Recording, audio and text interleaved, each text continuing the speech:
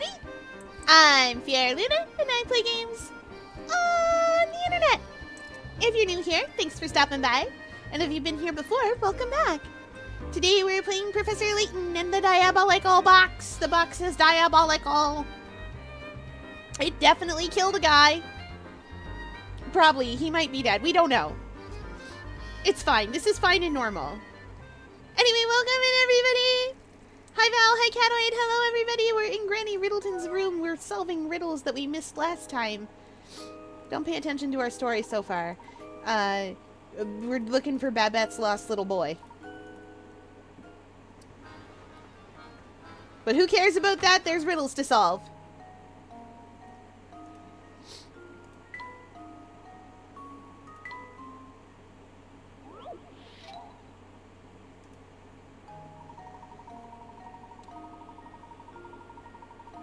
Two men, known here as 1 and 2, are playing a strange game.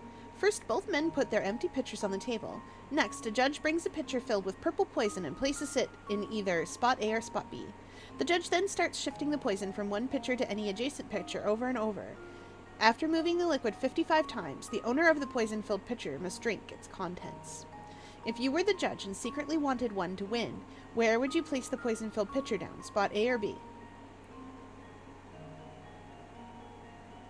1, 2... We basically just go back and forth 55 times, but we can do that by going back and forth 5 times, I think. 1, 2, 3, 4, 5. 1, 2, 3, 4, 5. Yeah, let's double check. 1, 2, 3, 4, 5. 1, 2, 3. That's spot A, I think. We can save scum if it isn't. Let's see if this works. Well, I'm stumped.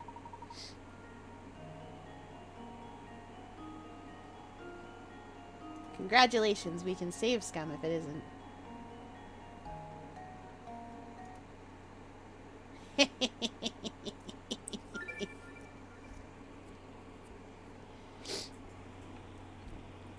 Oh, no, I'm silly. I miscounted how many jugs there are.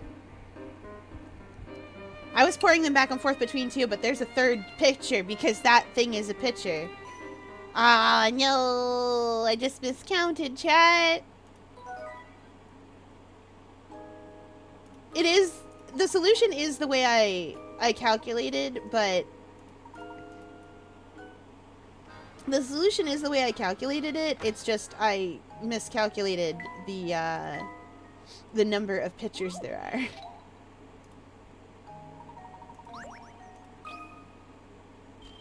Let's see if this works. Yeah. Piece of cake. The liquid changes pitchers 55 times, which is an odd number of pours. Regardless of where you set down your pitcher, whichever pitcher sits in the middle of the 3 will always contain the poison after an odd number of pours. Therefore, in order for one to win, the poison-filled pitcher must go in spot B because doing so will put 2's pitcher in the middle, thus guaranteeing the poison will end up in his pitcher.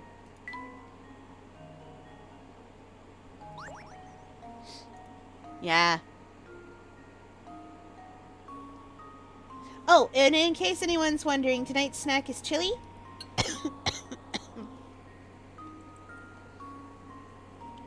I didn't make it as spicy as I usually do, so it's quite a mild chili. But I did put a little bit of taco seasoning in it because I was curious to see if that would work. And it did.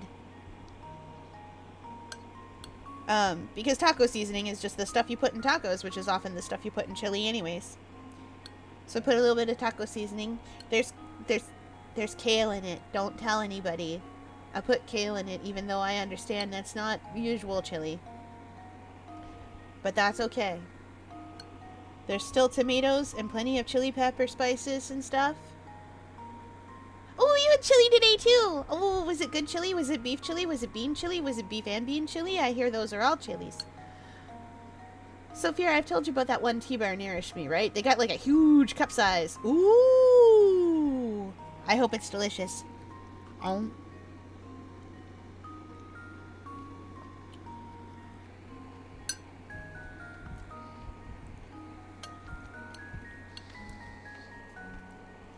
Yes, show us the picture of how big this cup is.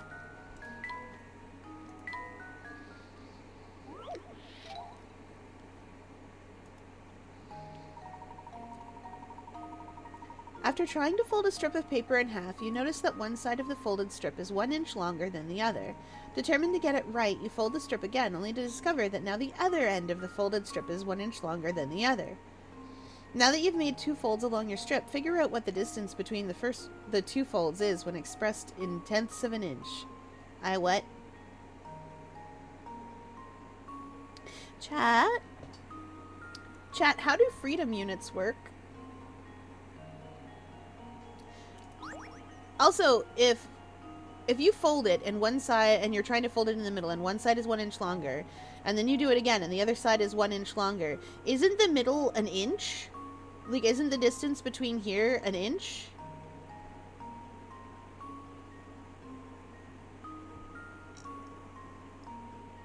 Like, isn't this 10/10ths of an inch? Why couldn't we do this in centimeters? Those count in tens. You could have just said it's 10 millimeters one way and 10 millimeters. You don't need to do this tenths of an inch business. Metric is easier.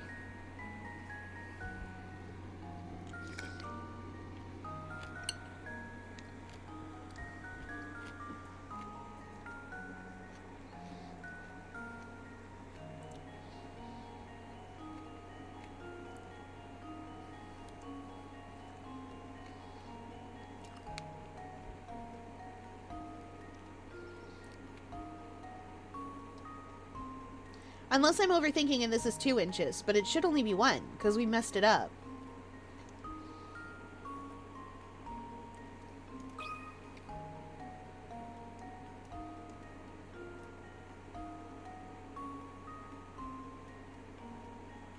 Yeah. 10/10ths of an inch. Consider this puzzle solved. Yeah! And there we have it. We couldn't tell you in inches because then you'd, like, get it instantly. They could have done this in centimeters. They could have done this as a paper's 10 centimeters long.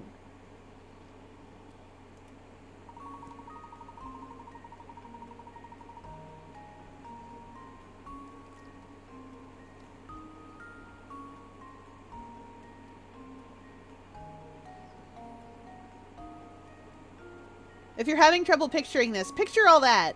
Don't. I'm not reading all that. We are correct.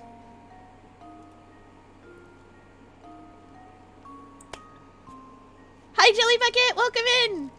We do love Professor Layton in this house. Professor Layton? More like Professor Lay a ton of bricks. Oh no. We're solving the puzzles we missed. We're gonna save instantly, because I love my Picarats.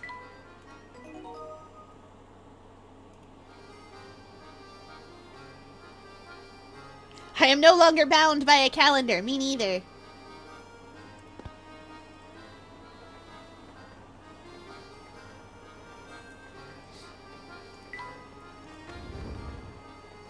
What were we looking for? Oh yeah, we're still looking for Tom.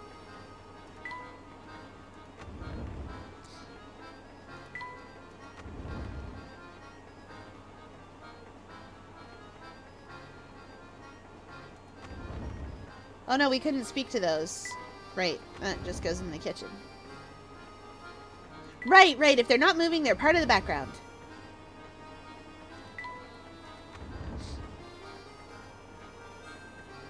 You're not part of the background.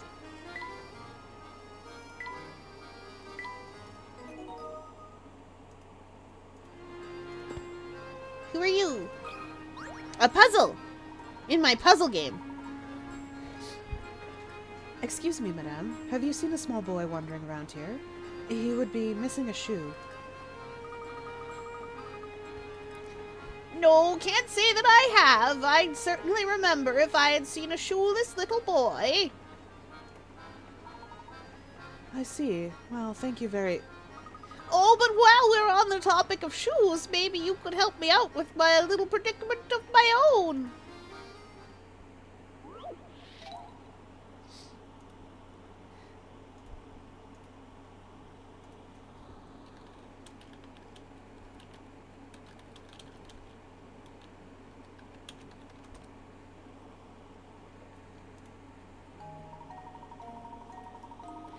That is a huge cup of tea. Enormous. Okay. Here's a maze that's made up of shoes. Oh no. Your task is to travel from start to goal.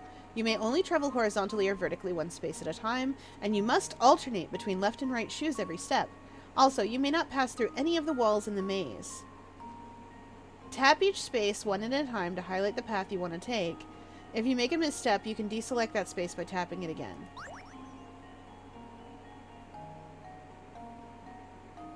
Okay.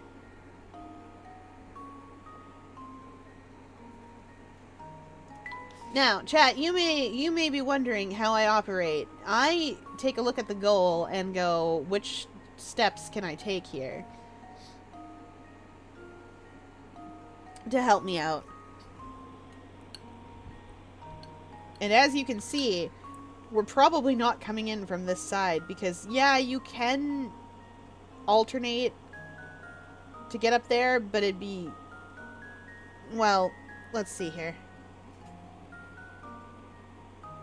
But you can't come up onto it from here. So this is the square we have to go to.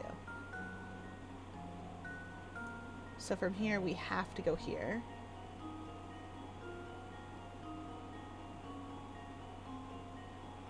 And then we've got to go here.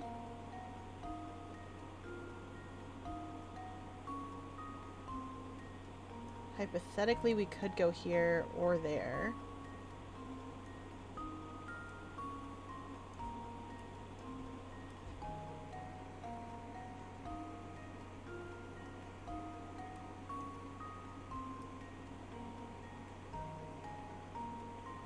We're not trapped yet.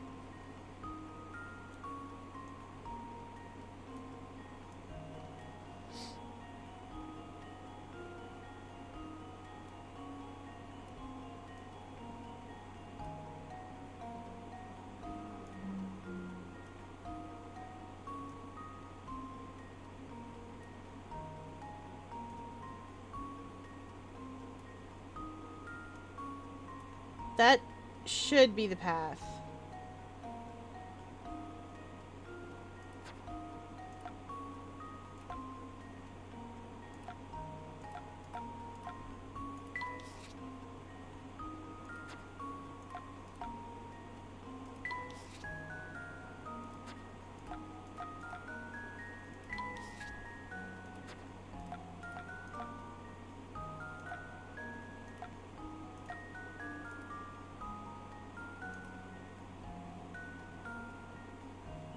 Now let's double check.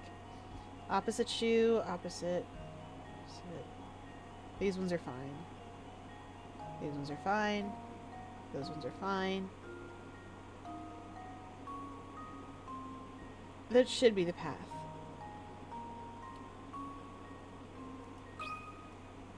This should do the trick. Let's go! Huh. Wonderful. Technically, you can solve a maze like that in either direction. I just like to start from the goal when it's available, because I find it easier to visualize. Do you know what I mean? Like, it makes my brain think that I'm making the path shorter.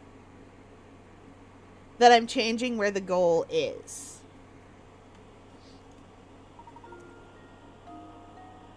That was some pretty fancy footwork. It sure was. Eloise is going in the stable. I've decided it. Yes, let's go. Well, color me surprised. You've got quite the noodle under that hat, don't you? I do. Got quite the noggin. I do not wish to solve that puzzle again. And because I am a save scummer, a noble save scummer. Oh, whose house is that? Is that our house?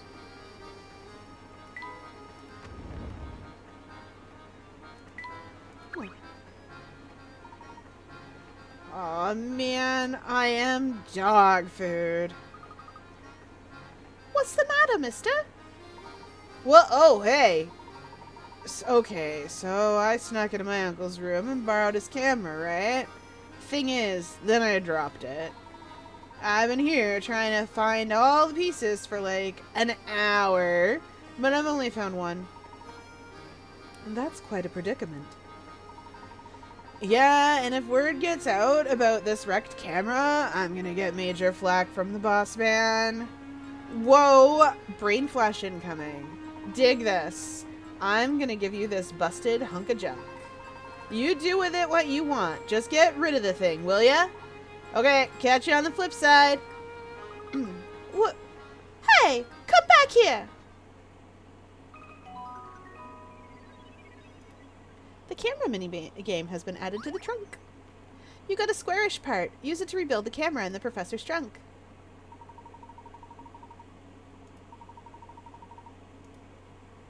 Okay. Oh, I bet the deluxe room make our room look like a freight car.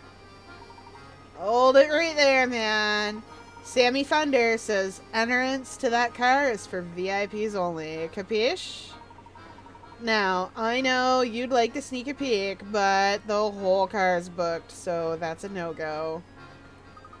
Oh, I bet the kind of person who can rent out a whole car must be some kind of super tycoon.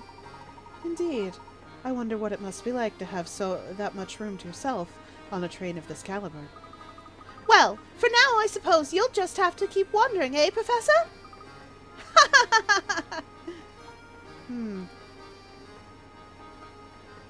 Yes, Luke, I suppose I will.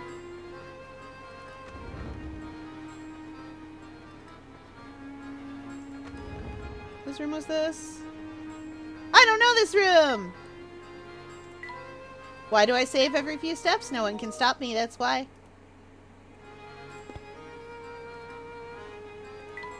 Oh yes, the camera minigame. Drag the parts from the bin on the top of the touchscreen to the camera to enlarge them. Once in this area, drag the selected part around to place it inside the camera's body. This is just a puzzle, basically. There are 10 missing parts, and we have to place them all so that no gaps remain.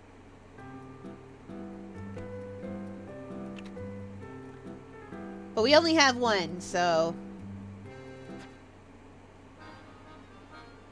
Stares at you with all my eyes. All of them. Oh no.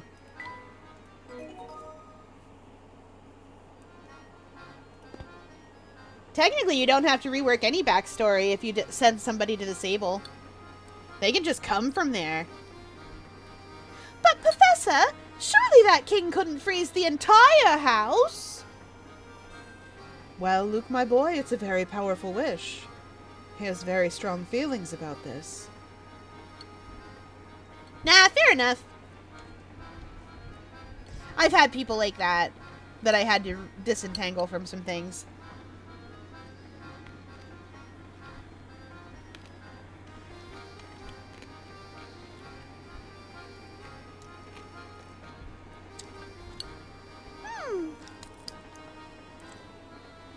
She's going to be the second Eloise on that island, and I am so delighted. Let me tell you why. I need you to know that this is a wonderful thing, and I'm very excited. Eloise, the one who's already on the island, is a human-sized mouse person. As opposed to a mouse-sized mouse person. Those live in the Abbey. Like Daisy. Daisy is a mouse-sized mouse person. She's adorable. Eloise and her fantastic cheese, you just have to put any adjective there. She was a children's books character. Is not going to be easily mistaken for Eloise. Oh, we could make them live near each other. It kind of depends on what sort of time period. It kind of depends on what sort of time period you're most comfortable with.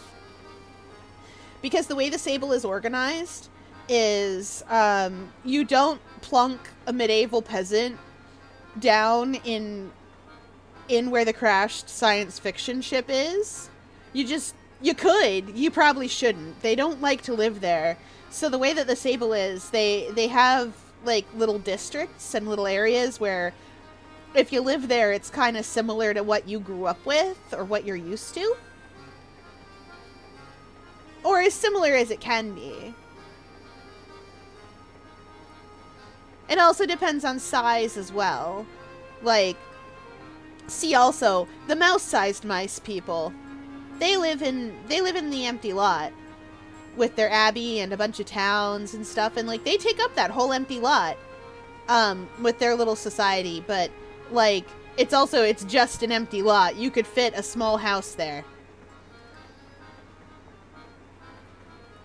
Whereas if you are a giant, you live in a very different place. You live further out from town because you are way too big to be functional in town.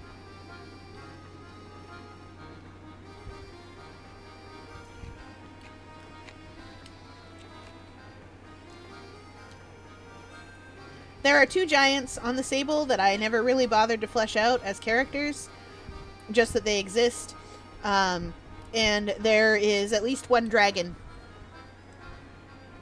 who is dragon-sized. They just hang out, vibe in the further outskirts.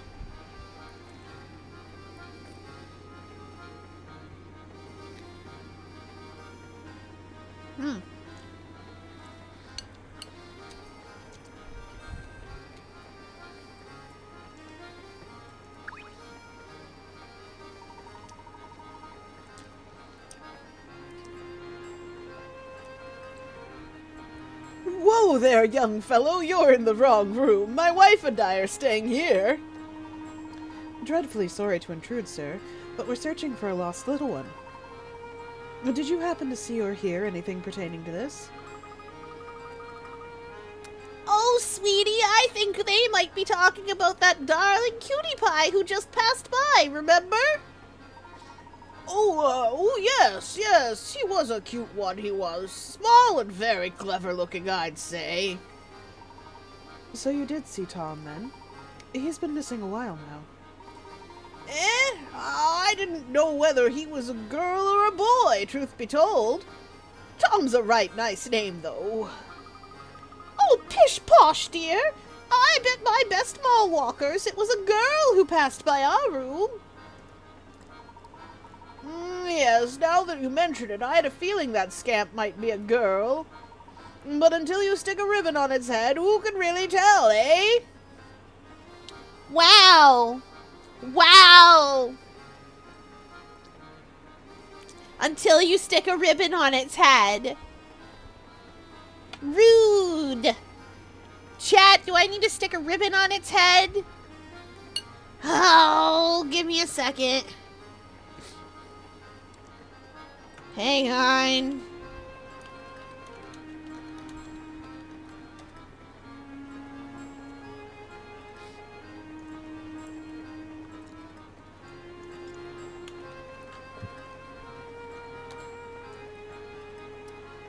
Hang on.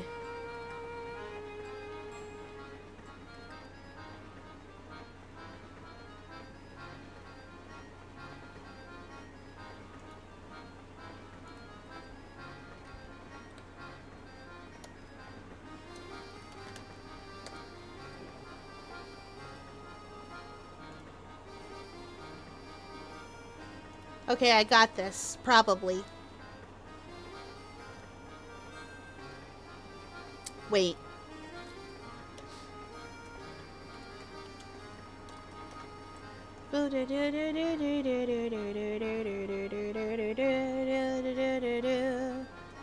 No, wait. I know what you're thinking, chat. What are you doing, Fier? You can't stop me.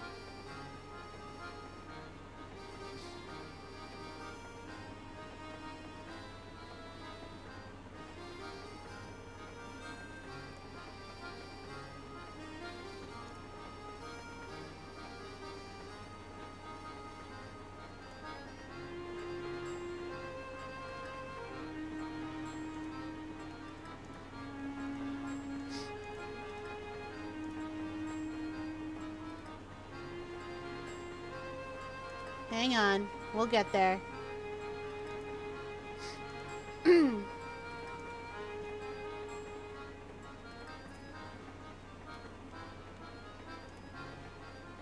I am getting a bow ping. You know what this...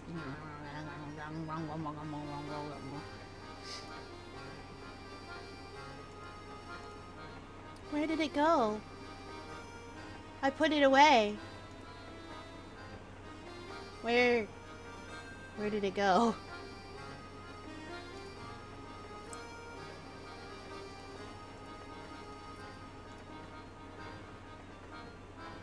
Oh, that's a weird place for it to go.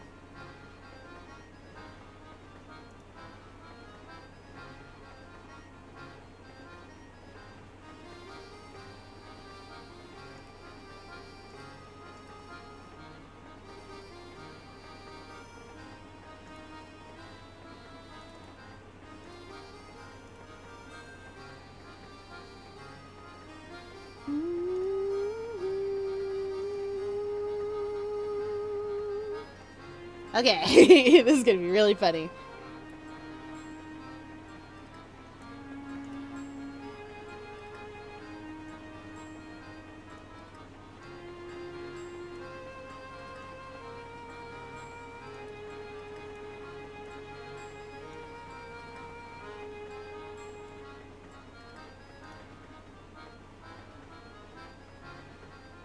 Perfect.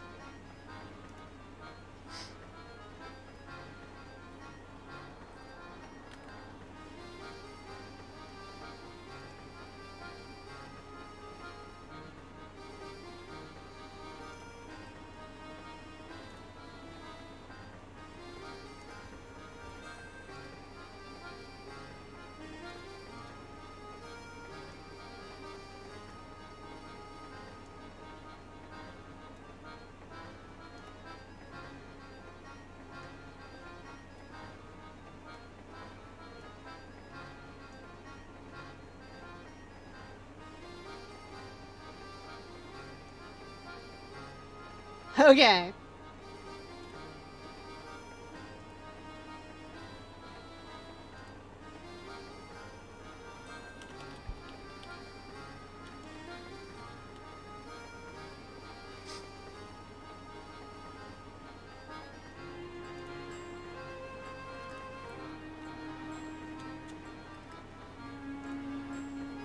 Okay, chat, we're doing this. It's gonna look a little funky.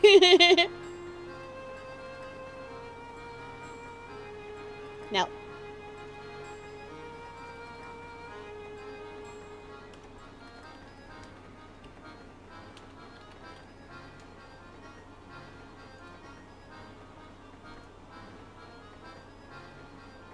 Do, do, do, do, do, do, do. It's gonna be huge.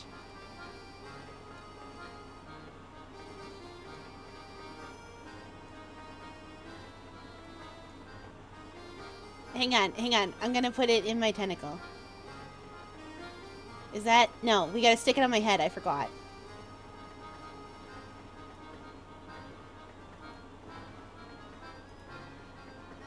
Okay, chat, did we do it? Is it cute?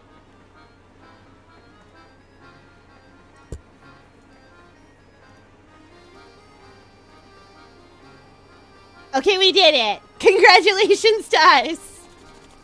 But until you stick a ribbon on its head, who can really tell, eh? Well, I stuck a ribbon on its head. You can tell now, right? M-girl. M-girl octopus.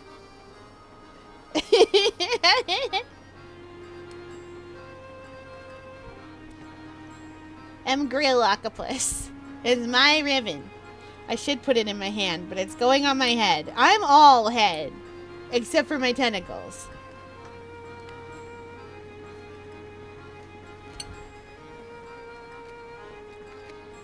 I'm leaving it there.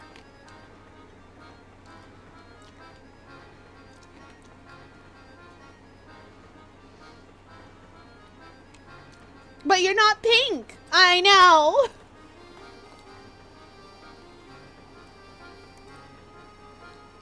Okay, but what if I made a bow for you to use? Amazing.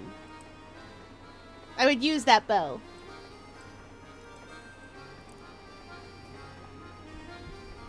We can just stack bows and pink and other such things on me until it is clear that I am Grill. As opposed to boy.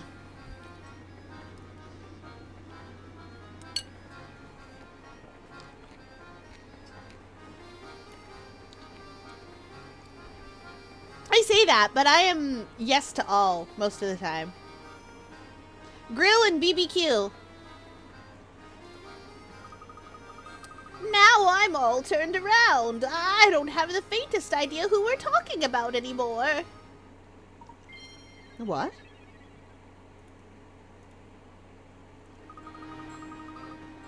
I hate to say it, but it looks like this hot lead just turned cold, Professor. On the contrary, Luke, we may have just stumbled into some extremely valuable information. What do you mean, Professor? You'll see. First, let's return to the scene of Tom's disappearance.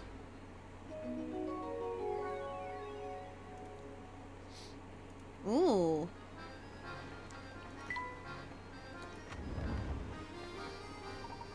Ah, Inspector. Tell me, are you any closer to uncovering the whereabouts of the missing child? Oh, so you two are still flipping over furniture to find that Tycon? Hmm? Do you mean to say that the child has been found? No, not at all. What I'm saying is that the child's no longer on this train. I've asked everyone aboard, but no one gave me an answer that suggested they'd seen the lad. This led me to the conclusion that the poor child either got off earlier or fell from the train. Fell off? Yes, it's entirely plausible, given the way children love to run amok. When you combine that with their oversized heads, you've got yourself a recipe for disaster. I'll contact the railway police at the next station, so feel free to give up on your search. Just a moment, Inspector. The windows on this train are mounted high, and every exit is manned. Given the situation, don't you think it's unlikely a child could have made it off the train unnoticed? All right, I'll humor you. So tell me, Layton, where do you think this elusive ankle-biter got off to? That I can't say, but something tells me we've made a rather large misassumption here. Oi! There's no reasoning with you. Fine, keep playing detective. None'll come of it, I tell ya. We will keep playing detective. Something always comes of it. Remember Curious Village? We solved that pretty good. It was robots. It was robots all along. Which reminds me, I have a spare copy of the first Murderbot diary book. I'm going to do something with it for stream because it was really good and I liked it. I don't know what yet.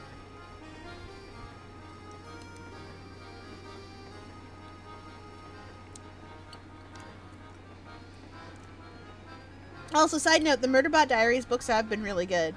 I like them.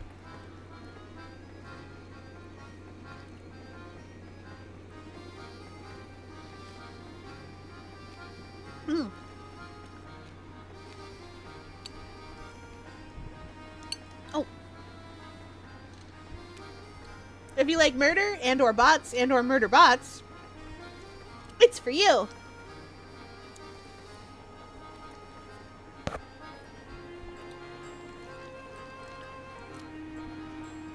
If you like being confused over what it means to be a human person or to be a person at all, and also gender confusion, it's for you.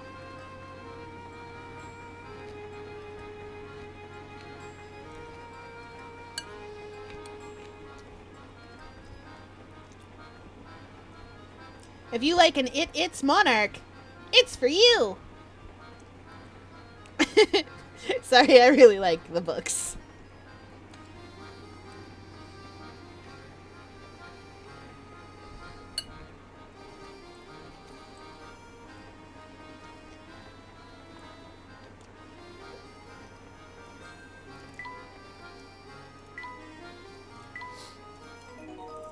Oh, I wonder if they'll give me a puzzle.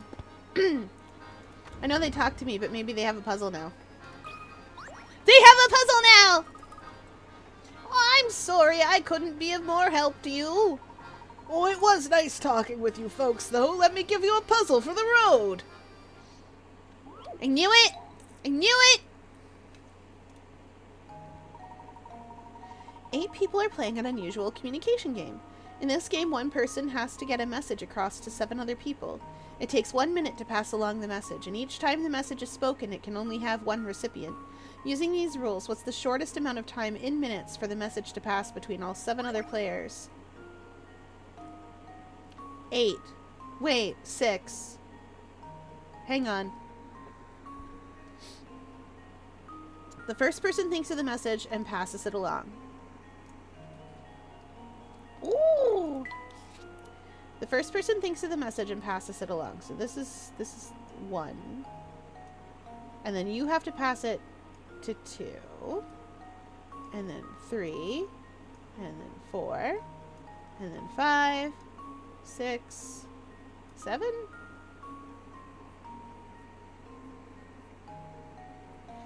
I feel like that can't be right.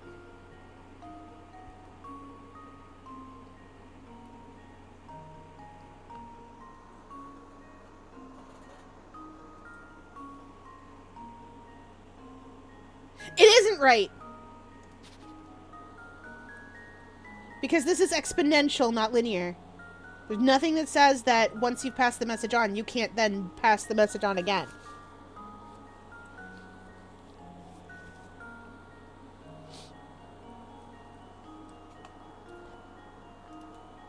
Ah! Oh, it's adorable! Val, you did such a cute job. It's adorable. So, we pass the message here once. And then each of these 2 can pass it there. And then we have 4 people who can each pass it along. 1, 2, 3, 4. I'm just going to connect these lines.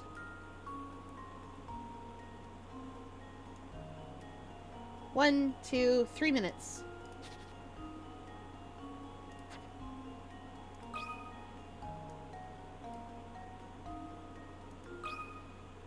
Consider this puzzle solved.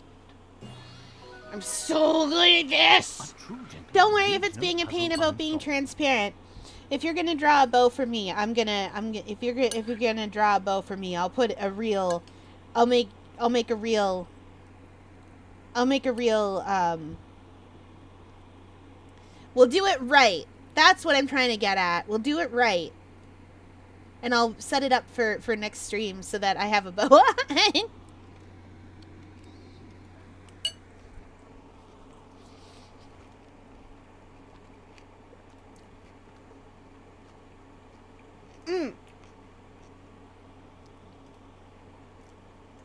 Oh, never mind. You did get it transparent. Amazing.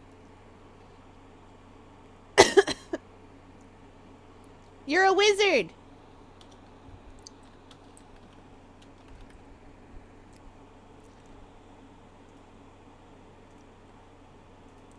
Val's a wizard, chat. Hang on.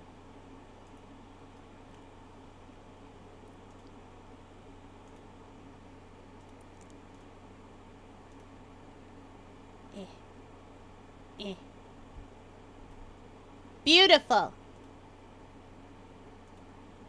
Beautiful. Look at that. I am in the rainbow now. Wait. Hang on. I gotta see something. Can I comfortably... Oh, yeah. Where's my button? Wah.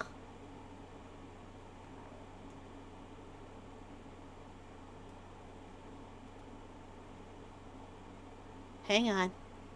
Hang on, chat. I'll get the music back.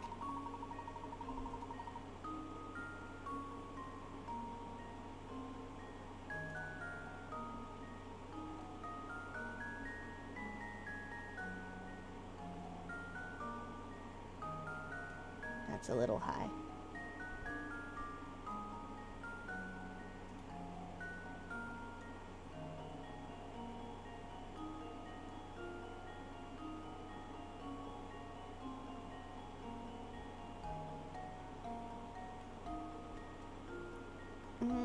There. Okay, we have slapped 2 bows on my head. That makes me extra girl. extra girl. Oh, chat. Ultra gay.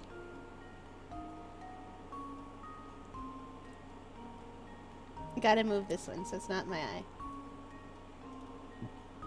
Good enough. Ultra gay! I have become the ultra gay. The gayest little octopus that ever gayed.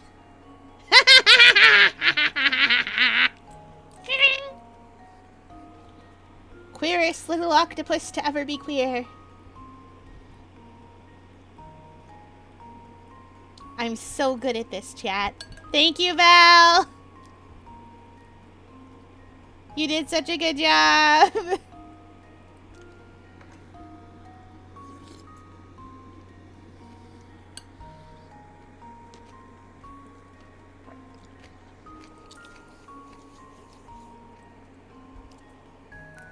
How dare you instantly sell yourself short? This is unacceptable treatment of me. Somehow. How dare you sell you short? You did amazing. Who cares if you could have done better? This is for a joke in a video game that we learned about 5 minutes ago. This is amazing and I love it. I'm wearing these for the rest of the stream. I'm wearing these for the rest of the stream.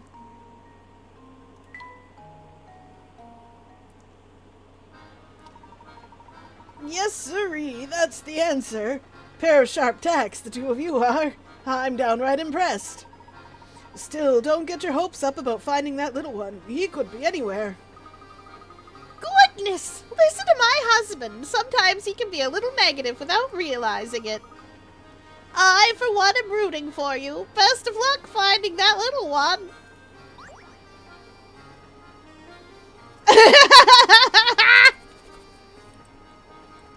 Humanity is queer. Sparkling water is fuel. Gay weddings are full. Ultra gay! I don't know the tone or cadence for the opening of Ultra Kill, but I love it. I love this. We're doing it.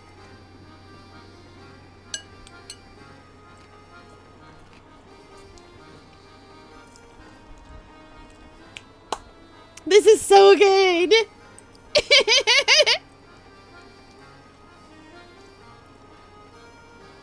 These are my bows. I can put more of them if I need to, but they live here now. Oh, I got a camera part. Humanity is fish. Fish is fuel. Fish are fish. Ultra fish. Yes!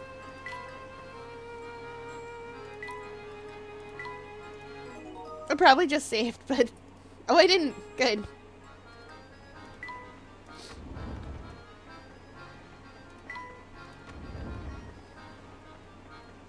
We're still looking for something, I think, for Tom.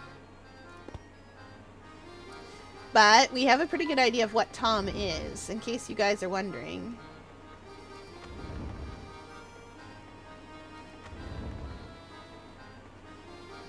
Yeah! I knew somebody'd be out here.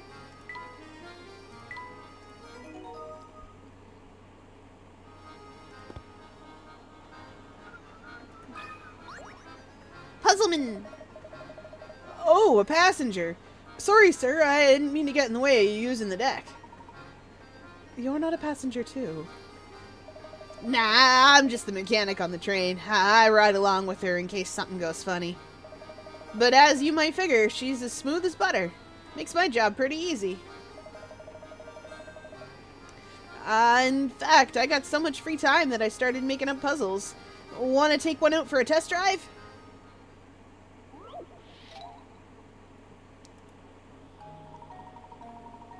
After years of bad business, a local zoo has finally run out of money to feed its animals. Bellies rumbling from days with no food, the animals make a plan to escape the zoo. After prying open the bars on their rusted cages, all the animals attempt to find their way through the maze-like walls of the zoo to the exit.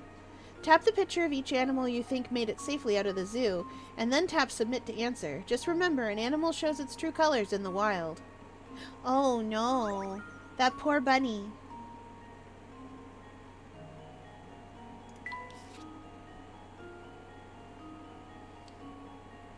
That poor bunny.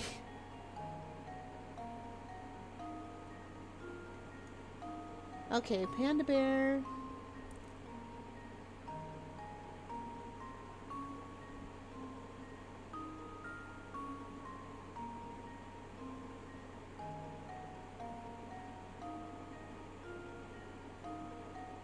Wait, what? Is there no way for the panda bear to actually get out?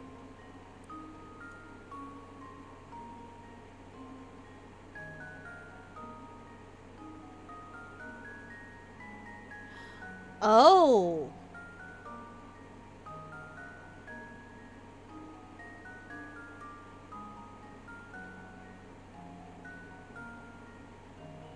Oh no.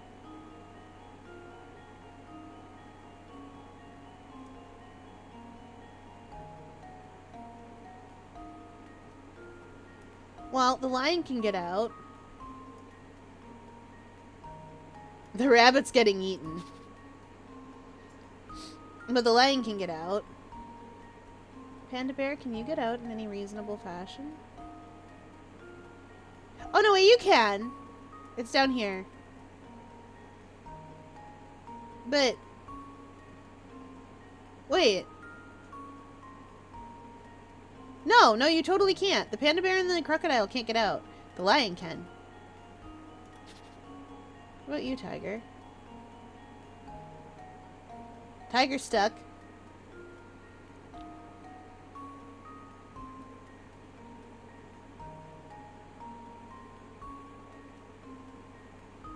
Giraffe is also stuck. So yeah, just that lion.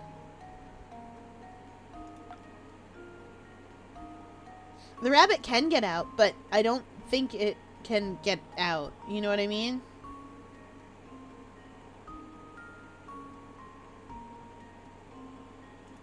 We can save Scum about it. Consider this puzzle solved. Save me, James Price. Save me. A Oh true no. gentleman leaves no puzzle unsolved. What a depressing puzzle! What a depressing puzzle! Chat, those animals are dead. This is like that ship one. This is like that ship one with the, Val, we've learned. You just have to say, I'm glad you think so, and nothing else.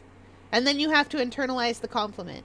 But we can work on internalizing the compliment later. For now, you just have to say, I'm glad you think so. And then people will be like, yeah. No. You can't tell me it's genuinely not that good. You cannot come out here and tell me. Don't make me go on the there's no objective reality to art. There's just art you like and art you don't rant again. I've been on that rant a lot lately. For reasons.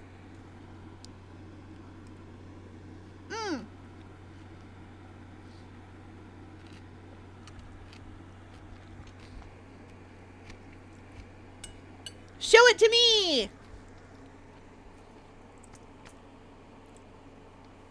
I will judge. Renew!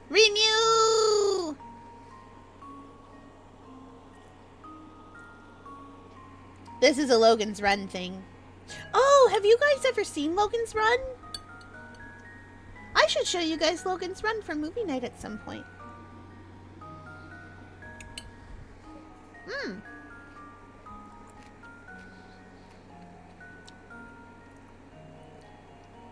It's very old. It's from the 70s, so you have to give it some slack. It's based on a series of books. Well, it's based on the first book in that series. I'll tell you right now, the ending to the movie is very different than the ending of the book. But I think you guys will still like it. Tilapia.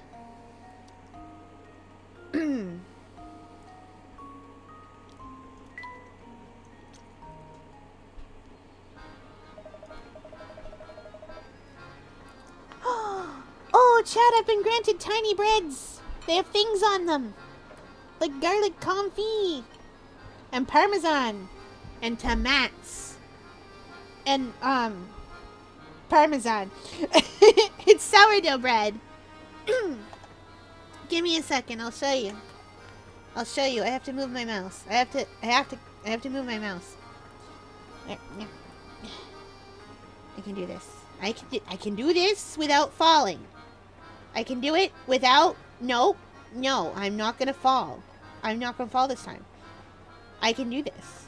It's so good. I'm so clever and so smart and so good at everything. And chat, you better believe I'm not gonna fall, staff. I'm not falling down this time. I won't do it.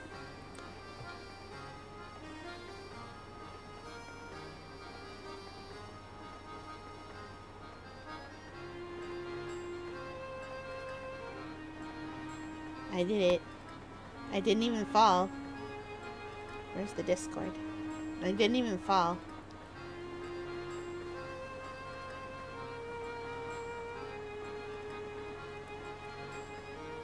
Wait, no, that's the wrong channel. Ah! No, it's still the wrong channel.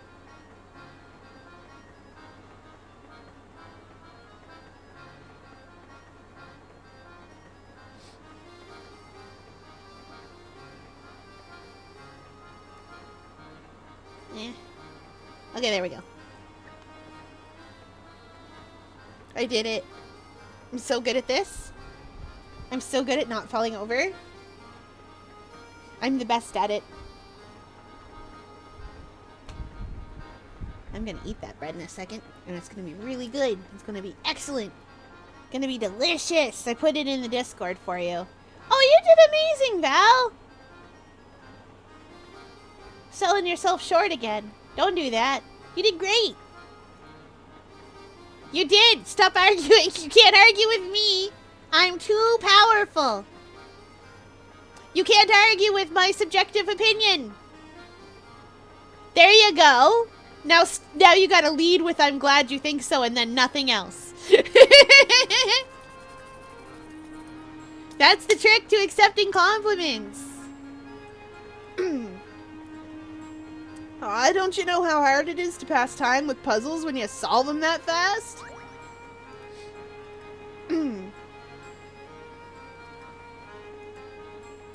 I don't see anything Tom related out here, though. 100% willing to bet Tom is a cat. Or a dog. Either one. But, like, she was definitely all uppity about getting her baby out here.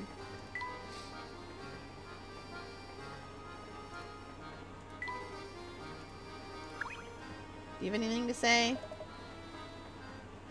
I don't suppose anything on the train's gonna break, do ya? I'm dying for something to do. Fear, I could bite Staff's ankles. You're not more powerful than me. I could bite their ankles. It would just take me a bit of a climb to get on their feeties. Or they could drop me from high up. And I could land on their feeties. But I don't want to eat feeties. I want to eat shrimpies. Alright, we hydrate as chat demands. I'm gonna eat this bread. Tomato bread first. Ow, ow. Oh.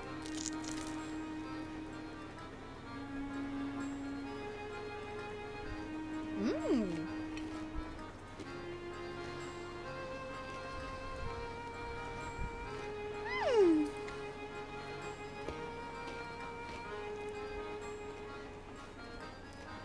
It's like a weird pizza. Side note, before you try to talk, you have to get all the food out of your tentacles if you are pretending your tentacles are vocal cords.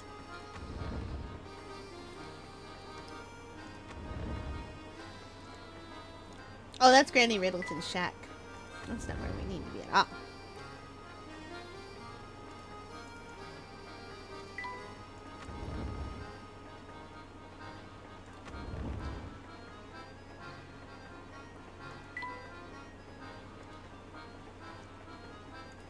Babette doesn't seem like the type to travel light.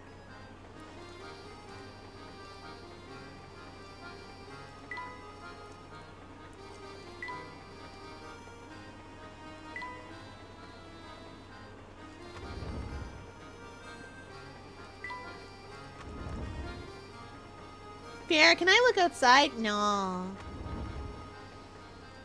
I think perhaps you should not. Oh, we've been in here before, and there was something in here. We got that.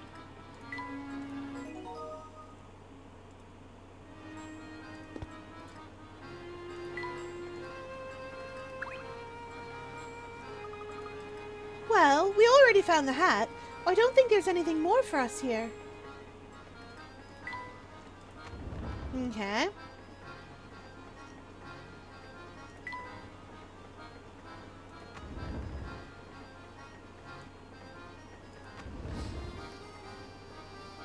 This is those old folks' container.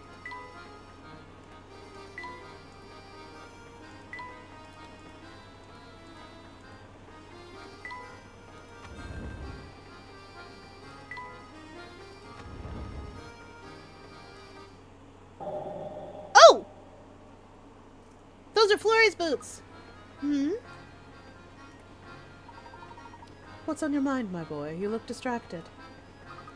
Well, it's hard to put my finger on why, but I feel like someone's been watching us for a while. You too, then. I've been feeling that same sensation myself. Do you think someone might be tailing us? It's certainly possible. Keep an eye out for anything unusual. Oh no, a puzzle. Huh? This looks like one of Tom's shoes, doesn't it, Professor? It certainly does. But the strange thing is that it's for the same foot as the shoe we found earlier. So it is. Aha! So then Tom must be... Oh, Luke, I do believe we've both made a faulty assumption. Hmm? What exactly do you mean? Recall for a moment the events as they have unfolded thus far. Let's see. We found a tiny shoe on the floor. That's right, a shoe small enough for a baby.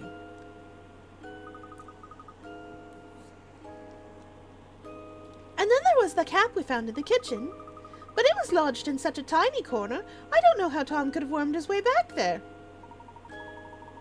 Correct.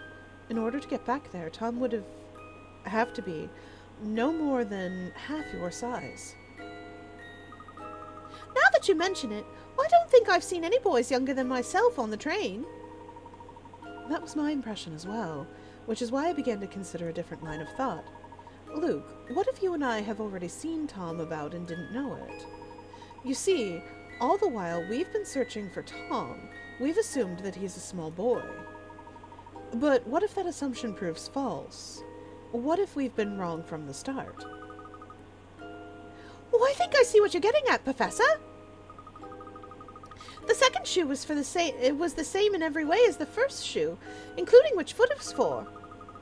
If that strange pair of shoes means what I think it does, then Tom must be. Who is Tom really? Oh, Tom's a dag. Amazing.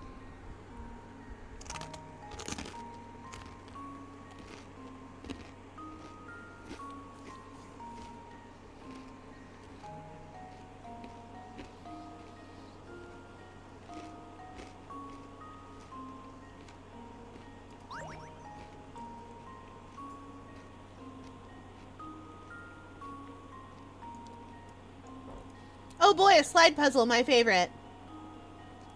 You guys know how I love a slide puzzle. I don't.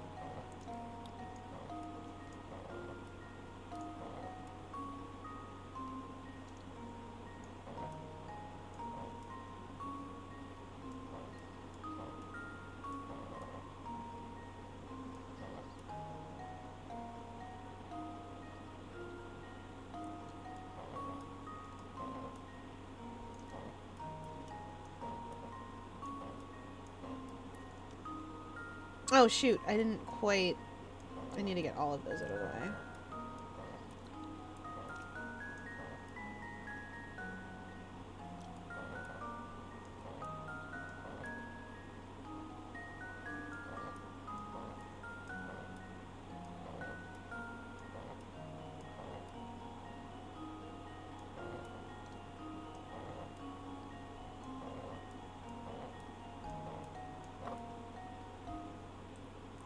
Here goes. I don't know how many moves you can do that in, like what the fewest number is, but truth be told, I'm not sure I care. Easy. Good work. Okay, garlic confit, you're going in my mouth. You can't get away that easily. Ha ha ha.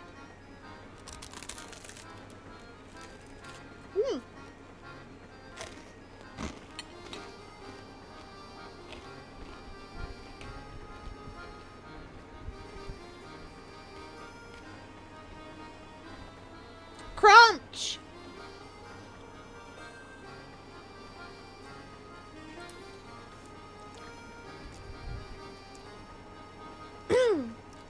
Tom is a dog! Do you recall the girl we saw holding a small dog? I suspect that small dog was our friend Tom. So, if we track down that girl, we'll find Tom.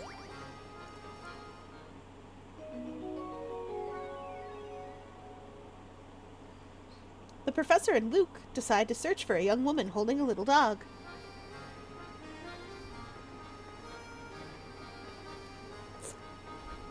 And so we shall! Momentarily, though. More garlic confit.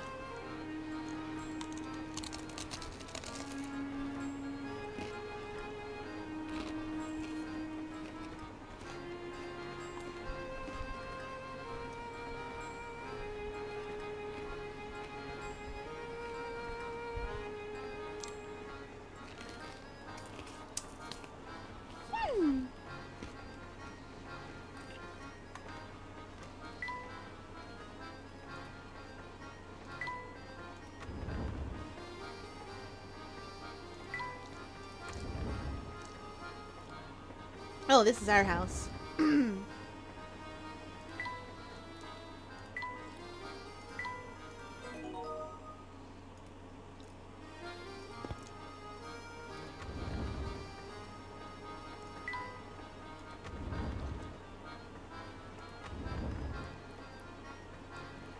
Oh, the waiter's here. Hello, sir.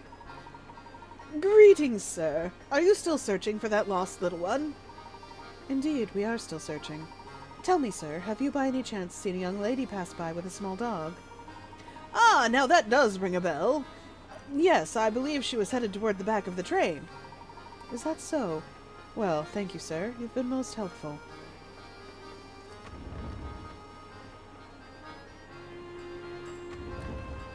Oh, wait.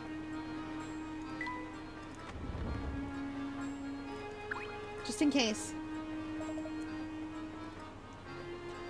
Well, if it isn't the famous Mr. Layton, dashing about like he knows something I don't. I was just about to head over to Babette's and inform her that her child is no longer aboard this train. Inspector, we are mere moments away from discovering Tom's location. May I ask you to give us just a bit longer to finish our search? Oh, still don't want to face the truth, eh, Layton? Fine. Since you're so intent on it and seeing how Babette is napping right now, I'll wait a while longer. But mind you, the moment she wakes up, I'm taking my findings to her. Got it?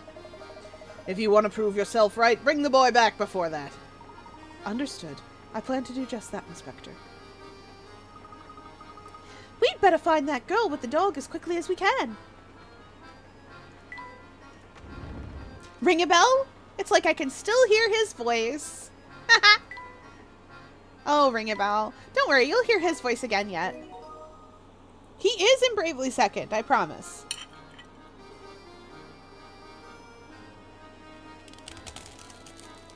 Mm. Mm. Mm.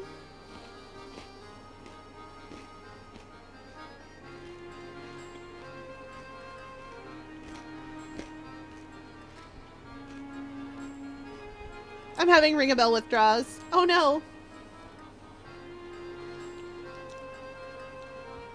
I hope when they do the Bravely Second remake or remaster or whatever they're doing, they don't mess around with the classes at all.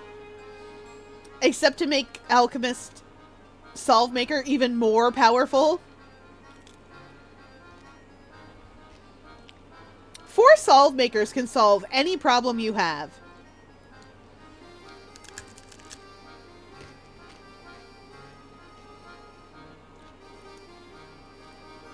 Alternatively, make Tiz a ninja.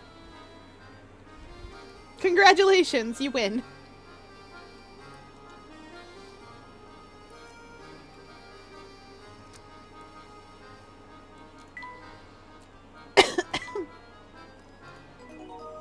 These are really crunchy little breads and I like them. Oh, you're not a puzzle at all. Hey, look here. You guys have solved at least 12 puzzles. I applaud you. Heartily. Oh, I can't see how I could dislike a couple of can-do go-getters like yourselves. Let's be pals, eh?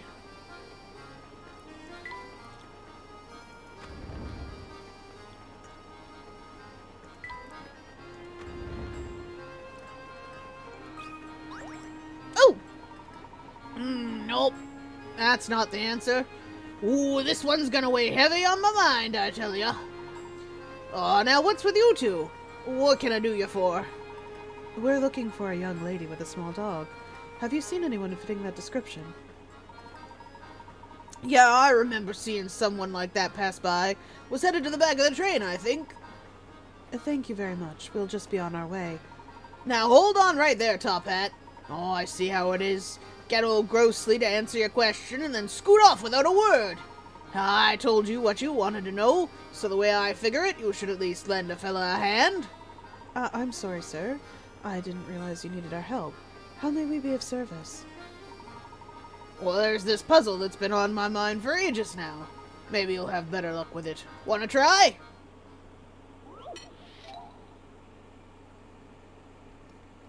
Beep, beep, beep, beep, boop. A man sitting next to you on the train shows you a picture he's drawn. Let's say this picture has a total area of 10. Can you figure out how much of it is made up of clouds compared to the area that's made up of sky? Don't think you need to guess the answer. There is a definite method you can use to work this out.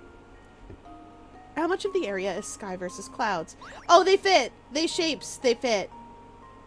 I know what you're thinking. What? Fear, that didn't words good. But, look. This fit there. This fit there. And this fit, up here. Yeah. Oh, and I think,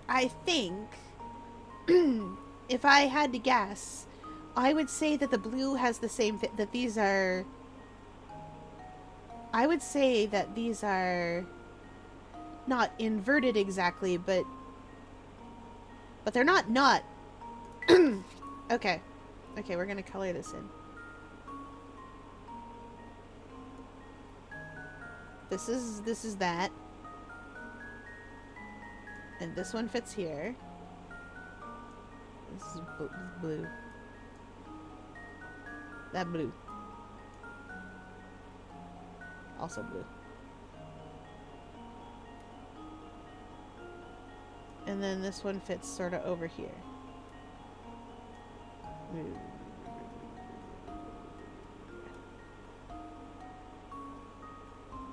Oh, and then this glorpy bit fits up in the top. Look, it fits up here. So say this has an area of 10. 4! 4 sky. Okay. Enjoy your lurk. There are 4 sky here.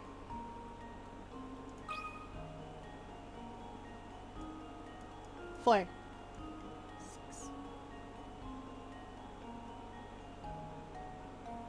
6. Well, there are 4 cloud. Consider this puzzle solved. I'm so good at this. A true gentleman leaves no puzzle unsolved.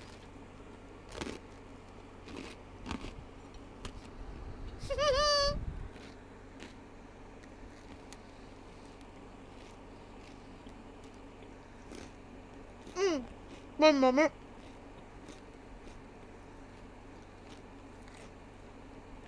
You can do it, Val.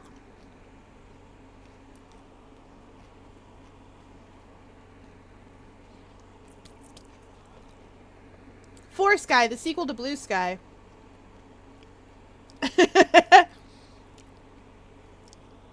Four Sky. Sky. The place all the 4chaners went when they couldn't make it on Blue Sky.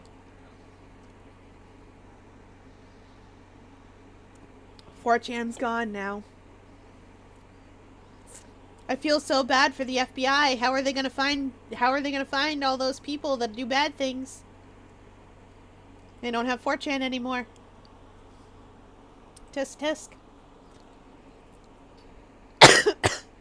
I'm making fun, don't worry. You know that one floor? Yeah, I know many floors. Is it the one with Sebastian, my beautiful baby? Yeah. Yeah, I know the hotel room.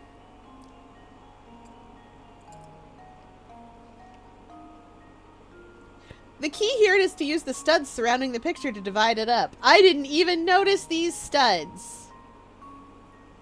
The carpet has eyes? What? That's amazing. I didn't even notice these studs. I just went, these fit in there.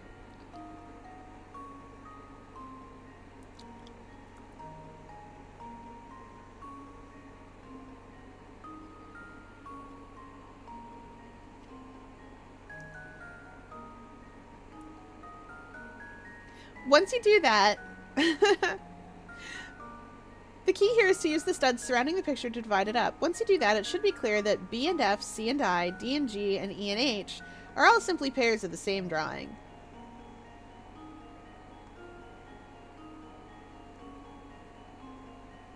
Yeah, I did do that. A and J are solid blue, and also technically pairs of the same drawing. I suppose technically I did do that. It's just, I did it a little differently. We heard you like eyes, so we put more eyes into your objects. I do like eyes. That's why I like Buer. Buer's from last night. I love him. He's great. Have you seen him? He's all eyes. 10 out of 10. Perfect demon. No notes. One note. He's not Malphus. Malphus is also great. Look at that carpet, Fier. Okay. It's looking back. Oh no! I've seen the sky do that. Oh, also the Silt Versus is complete, which means it's time for me to go back and re-listen to the Silt Versus. Ah, so that's how you do it. You've got quite a head on your shoulders, don't you? Now, as to that girl you were asking about, she's probably on the observation deck behind me. Should I listen to it? The Silt Versus, I mean? I think you'd like it quite a bit.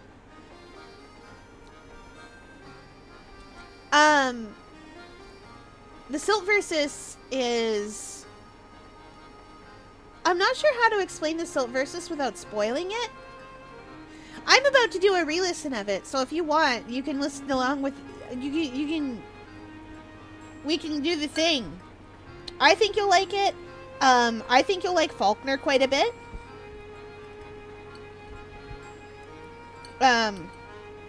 Faulkner's one of the two main characters. I think you'll like Faulkner quite a lot. I think you will like Carpenter. I think she'll grow on you eventually.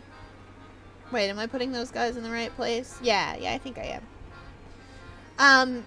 The Silt Versus is about two people going on a road trip for religious reasons. But not the religious reasons we're used to. It's the religious reasons of the Eldritch.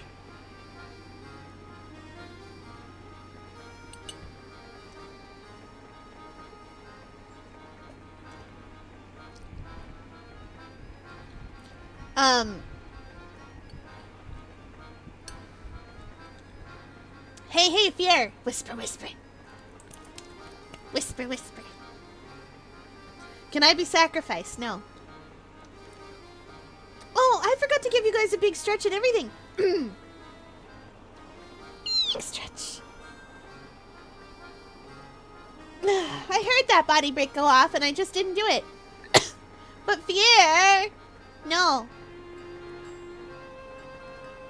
And we will do arm circles. 1, 2, 3, 4, 5, 6, 7, 8, 9, 10. I want to be sacrificed. Children, you can't fight over being sacrificed. Nobody is allowed to be sacrificed today.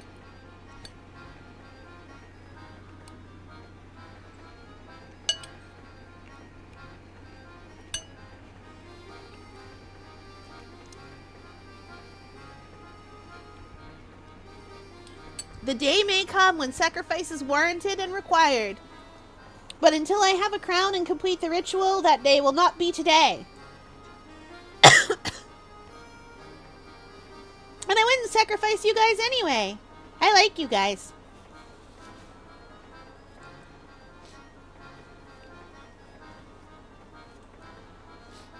I will force the villains of this world to give up their worsts onto me, that they may trouble you no more.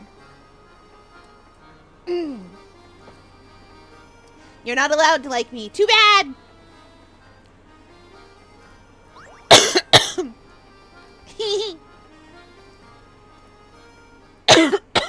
Ow.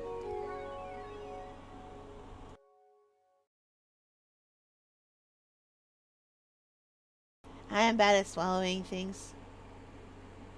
The professor and Luke decide to talk with the girl on the observation deck. Scootin'.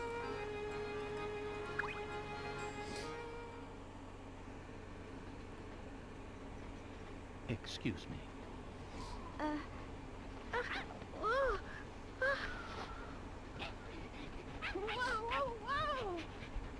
Hey, it's you! Yes, I had the sneaking suspicion that it was you who was tailing us. Flora, what are you doing here? I'm sorry. It's just... Well, you see, I just didn't want to be all alone again.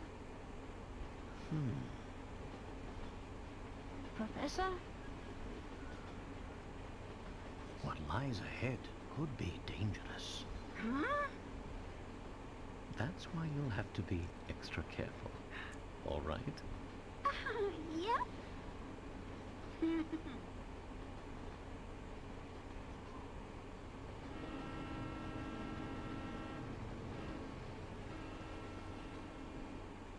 Layton left her home where it would be safe.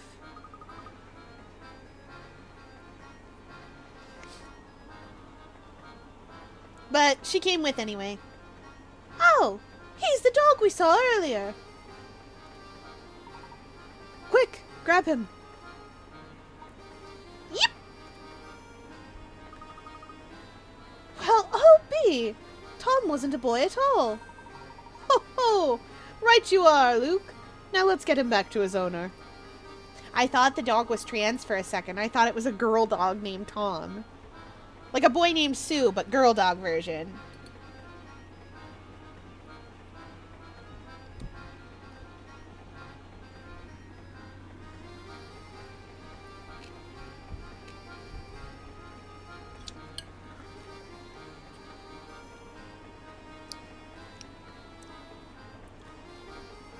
Okay, so Fiona, in a Roblox card game I quite like, there's a group faction called Neo Dragon, in all caps. Neo Dragon. That's how that should be pronounced, I think. And they do crazy shenanigans because they're colorless. Ooh. Like artifacts in Magic the Gathering. Heiki would play a colorless deck.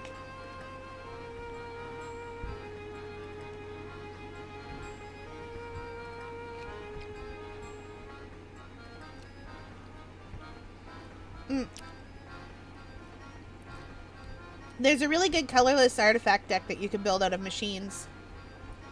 It's pretty neat.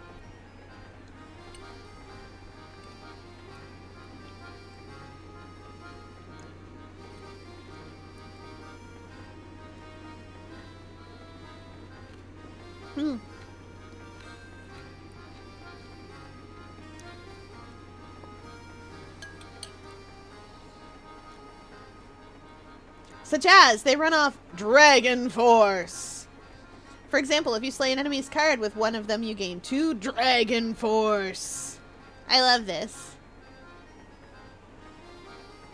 I see Val hates those guys and knows exactly what you're talking about. Oh, I suppose I'll be going now. Don't be ridiculous. Come along now. Flora's traveling with you. The top screen shows who's walking with you. The professor, Luke, and Flora decide to bring Tom back to his owner, Babette.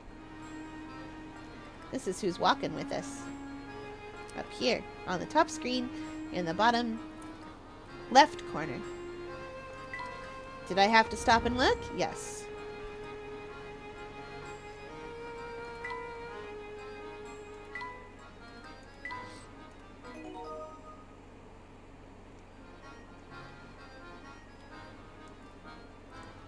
And there's a card that costs 8 colorless and does 50 damage to all enemy cards times how many Dragon Force you have? That could be hundreds of damage.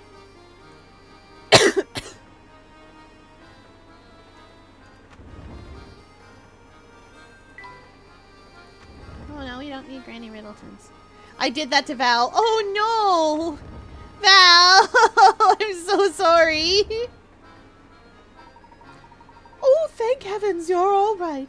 My sweet little Tommy boy. I've missed you so. Yep, yep. Well, this is Tom. We were under the impression that you were searching for a boy, not a mutt with a fancy haircut. How dare you compare my darling Tommykins to some street mongrel? Lost dogs are no matter for Scotland Yard. Next time he goes missing, find him yourself. Blimey, some folks haven't an ounce of sense. Come on, Barton. We've got real cases to solve. You got it, Inspector. Don't walk away from me. I'm not done talking about your atrocious manners. Well, enough of that. Welcome back, sweetie. Where did my little Tommykins run off to today? He's such a darling. I feared someone might have kidnapped him and been holding him for ransom. Perhaps we should keep Flora's involvement in Tom's disappearance under wraps. Good idea, my boy. Eep. I do believe a reward is in order. Here, I know it's quite generous, but I insist. You got a new hamster toy. Use the pet house to help your hamster get in shape. I hear we'll be making a stop in a quaint village by the name of Dropstone. How much longer until we get there, Professor? I'm not entirely sure, but waiting here won't make the time pass faster. Let's rest while we wait.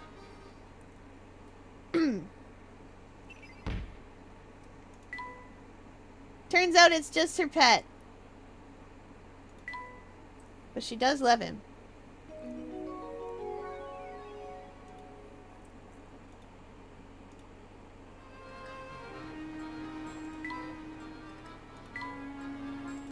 And we have a new hamster toy.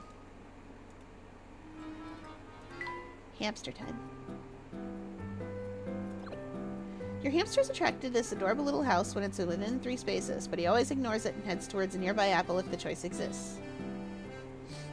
How many steps do I have to get him to take? 8.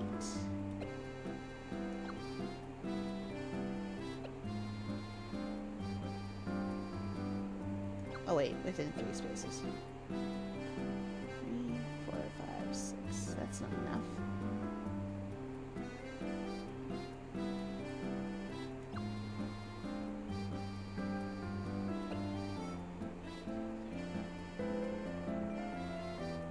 Is that 3 spaces? I guess we'll find out. I'm not so good at moving and stuff.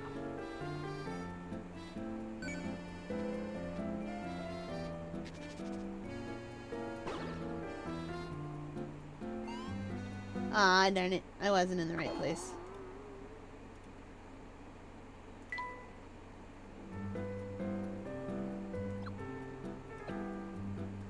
Two, 3, 4, 5, 6. Well, hang on. We know within 3 steps of the hamster is here. Well, here.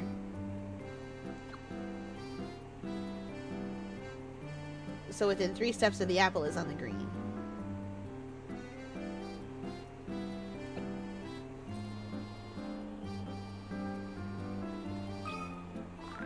Oh, come on. I'm Too bad, hamster. Get swole. Get smole? Not sure.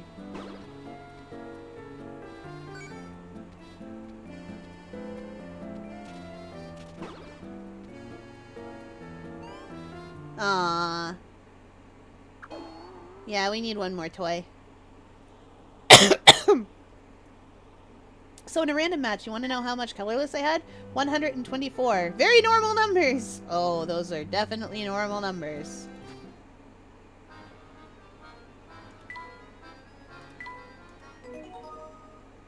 Those are very normal numbers indeed. They're not. One time when I was playing Magic the Gathering, I got up to 100 life points. I started saying life points because those are Yu-Gi-Oh numbers.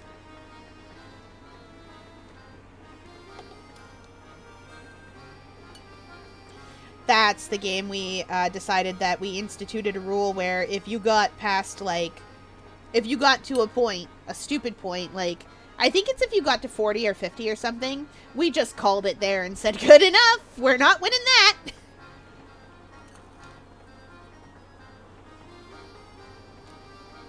I love building Magic decks that do silly, silly things. Like get to Yu-Gi-Oh numbers of life points. Or my Acacian deck where I was playing The Sims and you were playing Magic the Gathering and I just didn't care about that.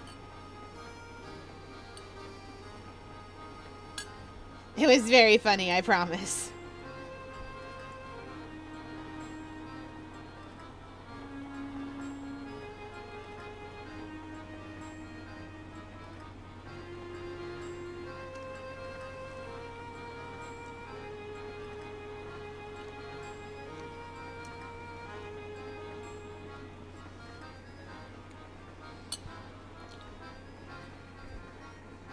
There's also the deck I called Zerg Rush.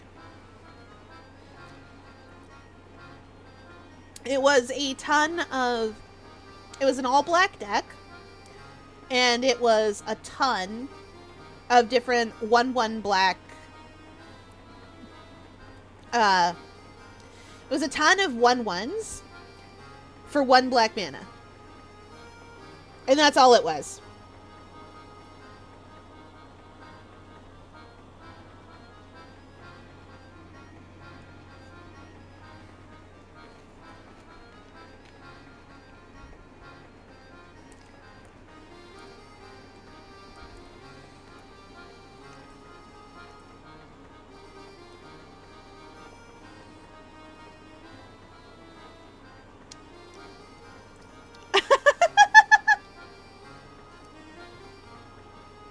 Okay, chat, I think you're gonna have to teach me how to play this card game. I learned to play Pressure. And I learned to play Dandy's World. And so you can all teach me this card game.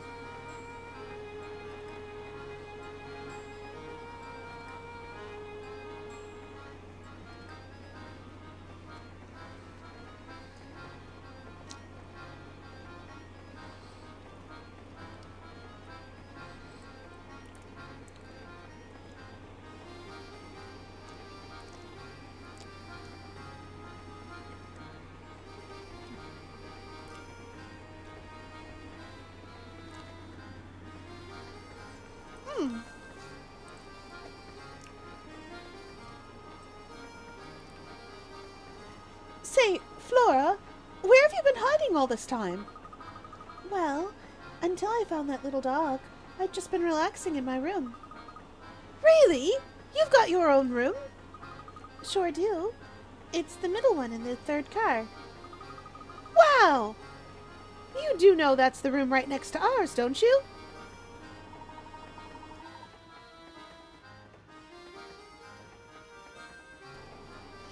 You were just a wall away from us, and I never so much as suspected you were there.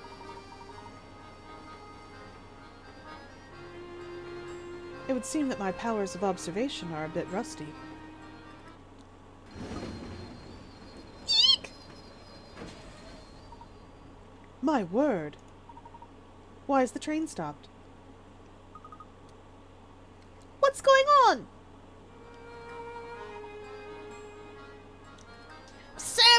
you dolt! What did you do this time? Hey, boss, man, chill out. There's a down train, like, just sitting on the track. Until we can move that thing out of the way, we're not going anywhere, man. Then get your rear in gear and move it now. I won't have your laziness tarnishing the momentary brand. But I'm just the MC. Shouldn't we get someone a little more, gear-headed to handle this? Besides, train cars are heavy, man. How am I supposed to move it? I will not hear excuses, especially from a layabout conductor who barely earns his keep. I don't care how you do it, just get it done. Okay, I'll give it a shot. Just turn it down a notch, Uncle. Uncle? I might be your uncle, but I am also the president of this railway, and I demand you address me as such. Okay, alright, sure, whatever you say, Mr. President.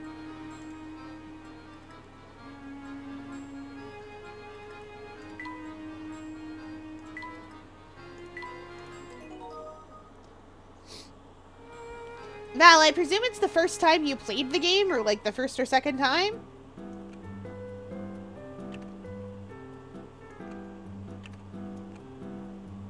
That definitely is that.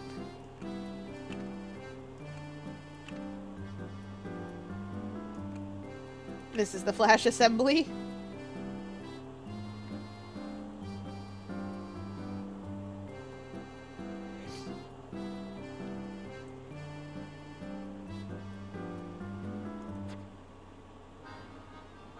The first time?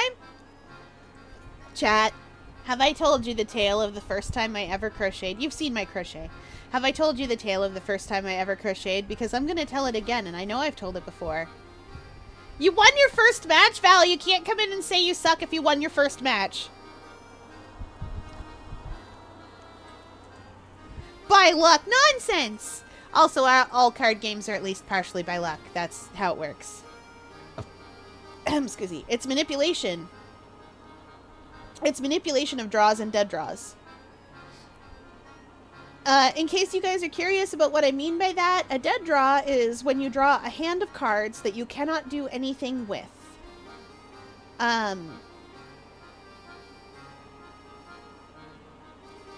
In Magic, that means that you have drawn no mana. Probably. In Yu-Gi-Oh, that usually means that you have drawn monsters that you cannot summon. Because they're too high of a star. Too high a star count or something.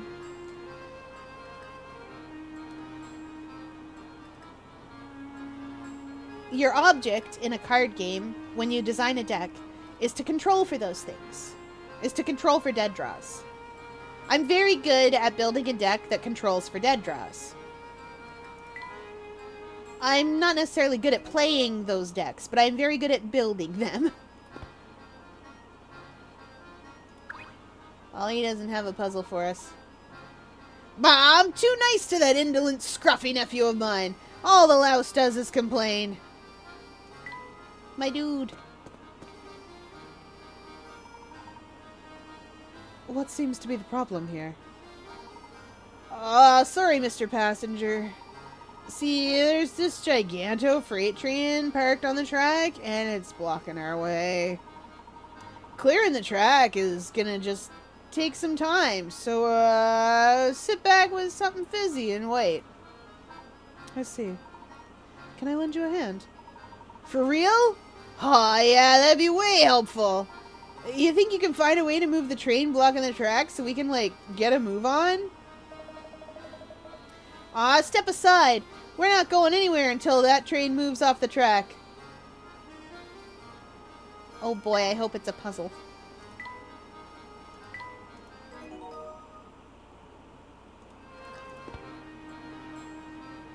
But yeah, draws and dead draws are important.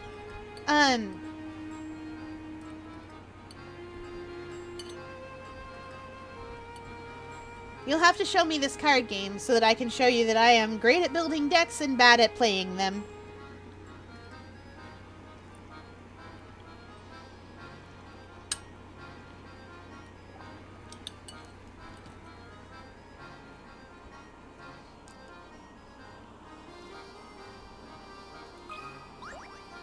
Unless they're weird decks.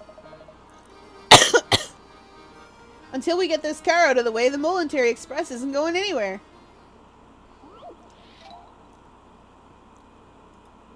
Train swap.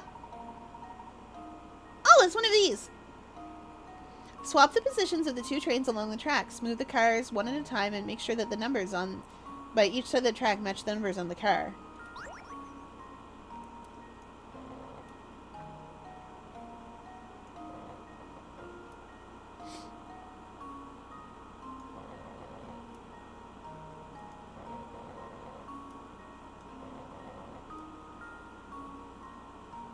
Oh, that actually needs to be one up there.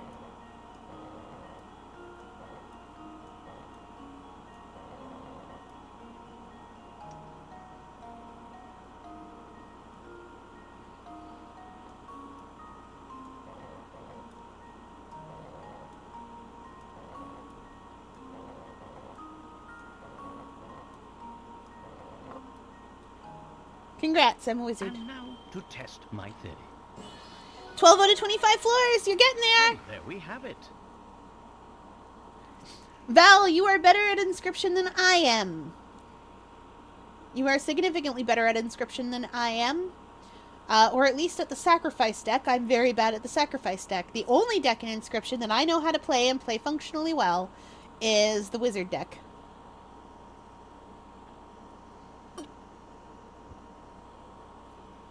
I'm really good with Magnificus's wizard deck. Although I suppose I can kind of do Grimoires. That's right. No, hurry back to the train. It's behind schedule as it is. Cough, cough. Hopefully, we should be able to continue our journey now. Yep, I reckon we're good here. Just give me a sec and we'll be up and running again. I'm good at Pose and Leshy's decks, but I prefer playing with Pose. Yeah, we know you prefer playing with Pose.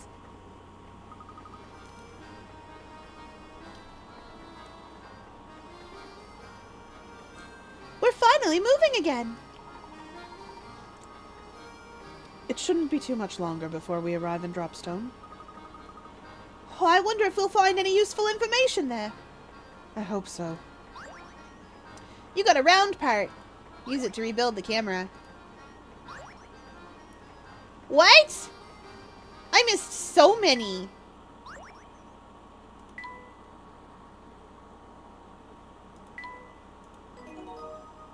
I got a sea bunny. I love a sea bunny. Choo choo, everybody. Choo choo.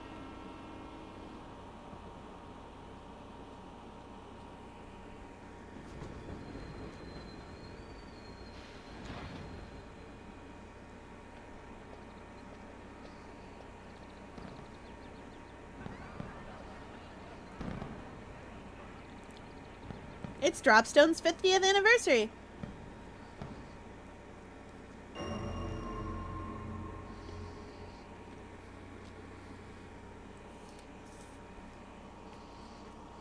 Cow.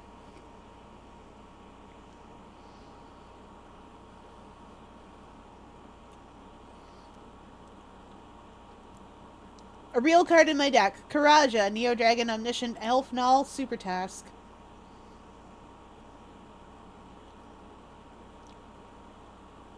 Chad, I don't know if you've met Rainbow, Dark Lord. And all his other names. Or, of course, from Arc 5. Which I insistently call Arc V for some reason. That Pendulum Summon Dragon goes through so many different types, and they just keep appending names to it. And I don't remember how many names it got at the end, but it was like Neo Dragon Explosive Violence Crescendo Ultimate. Yeah, that sounds like a Yu-Gi-Oh!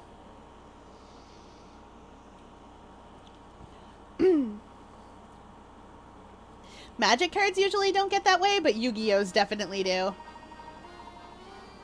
Aw, that sudden stop back there did a number on our brakes, so we're stopping here for repairs. We got at least 3 hours till we be ready to roll, so why don't you catch the local sights? Capital idea, Besides, who knows what information we might stumble upon in the village. The Professor, Luke, and Flora decide to take in the sights around Dropstone.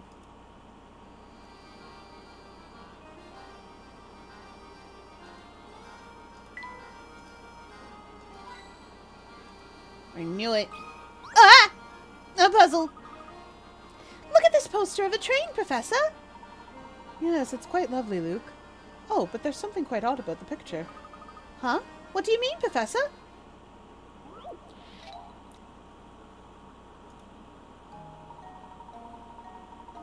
The train stations are an especially good place for dramatic farewells, aren't they?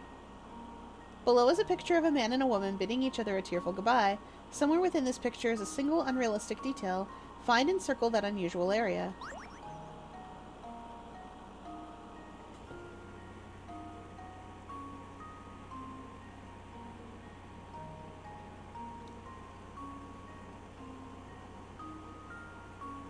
Is that the train conductor?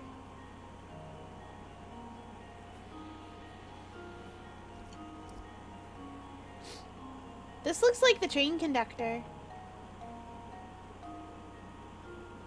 Or are the windows open? Yeah, the window's open. Train windows don't open, do they?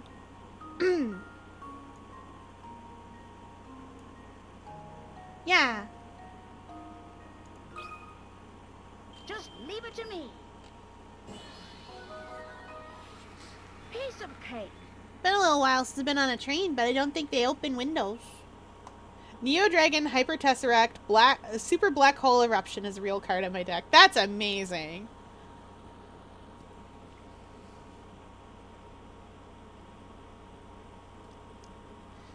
I feel like...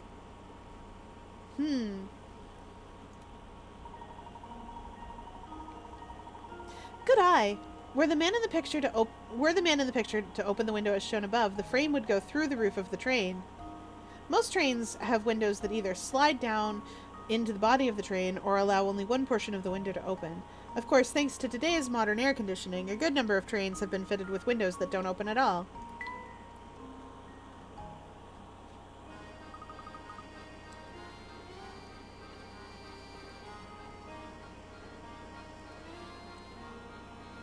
Oh, right there! That was the odd section. I'm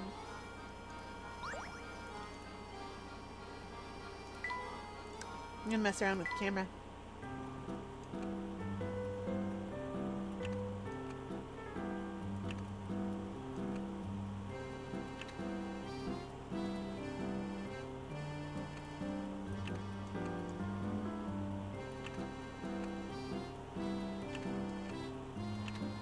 There we go. See, the fun thing about this camera is that if you know what parts belong to a camera, more or less, it's pretty easy to get the camera stuff to place, because it has to place where camera stuff goes, you know? This one's a little easier than the painting was in the first game.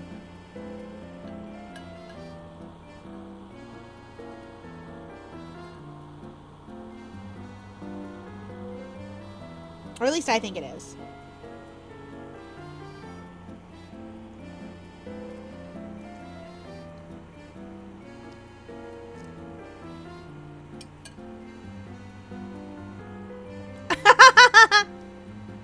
I wish I was better at them, but I quite like the faction plural.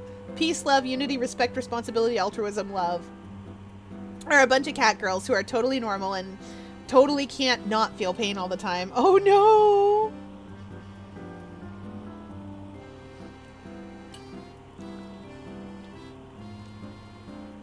I know the pain of, I wish I was good at this particular archetype because I really like it.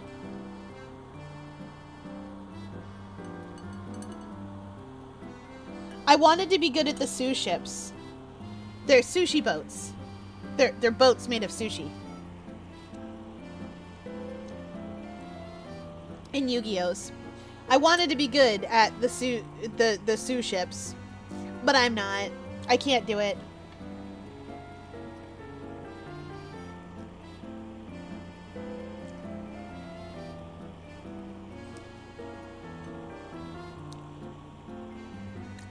Alas, Ghost Ghost Trick and Madolce suit me very well. And I'm a monster for it.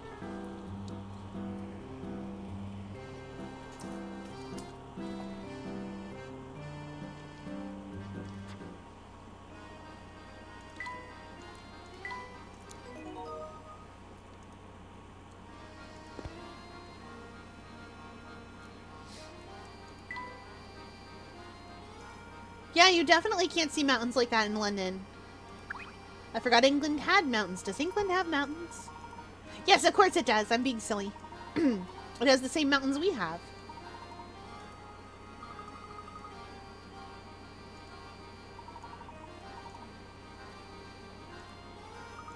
Oh, oops. Well, we already got that conversation anyway. Granny Riddleton! Thank goodness. Oh, hello. Fancy seeing you, laddies. Me? Oh, they booted me off the train until they fix it. If you're after a few puzzles to pass the time, just take a peek inside my shack of wonders. I'll be here until I can get back on the train, so just come by if you've got a hankering for a puzzle. I do have a hankering for a puzzle.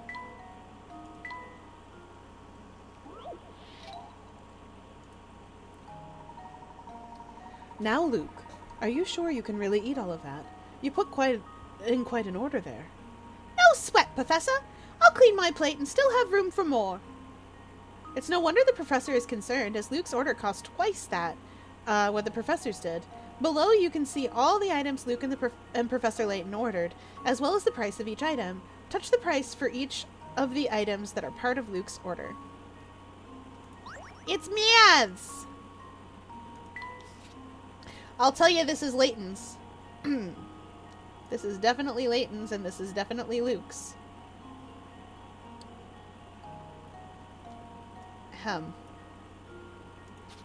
Professor. Definitely Luke's. But, Professor!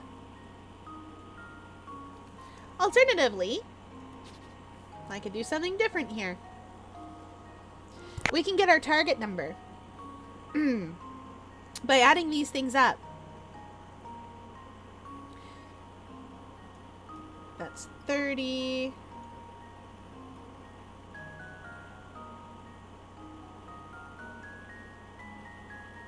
That's 25. Which means this all together.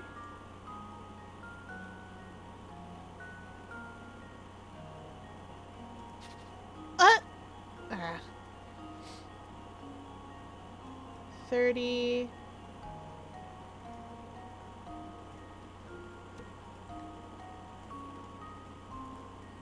That's 50.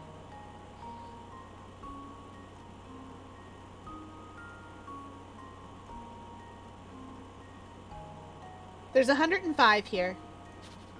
And 105 does divide by 3.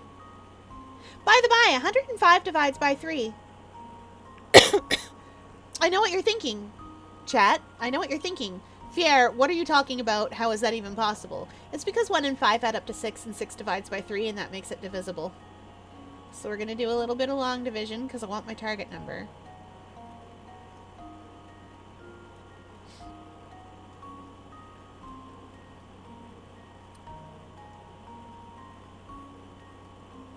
Wait, no, that's silly.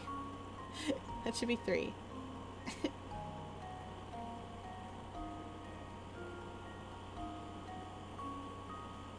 3 times. And 3 goes into 15. 3 goes into 15. 5 times.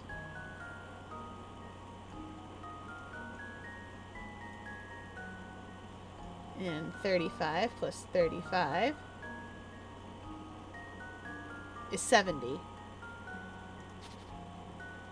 Okay, so our target mark is 70.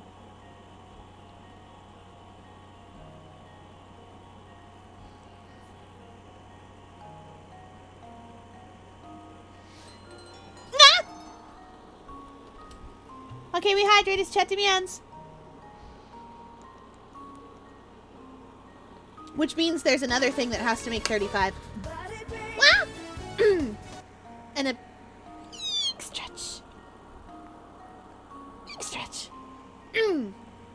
there's no 10.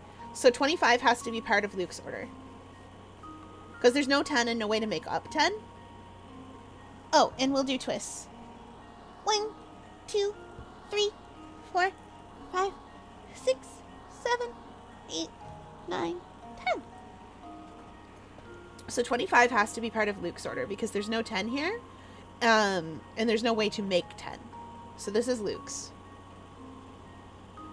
So we've already got 25 for our boy.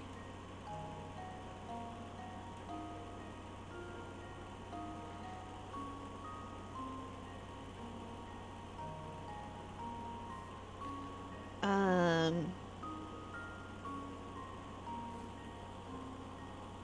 I have to make an even number for Luke.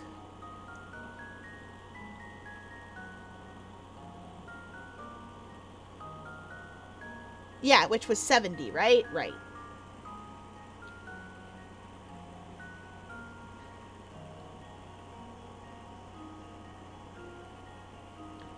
There's also no 5, so we can't put these two together to make that.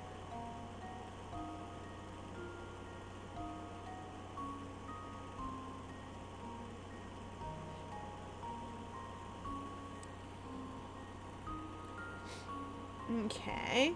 Oh, wait. These two probably go together. Because 8 and 17 is 25. Wait, no, they can't go together. This is definitely Luke's. These can't go together because that doesn't add up properly. I need to find a way to make 35 happen to me. Because the rest is Luke's. That'll make 30, but we don't have a 5. That also makes 30, but we don't have a 5.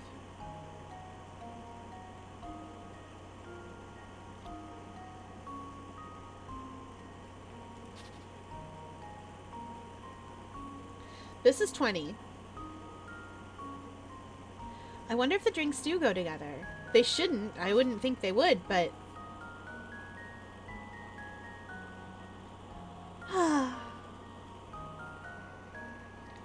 This is definitely Luke's.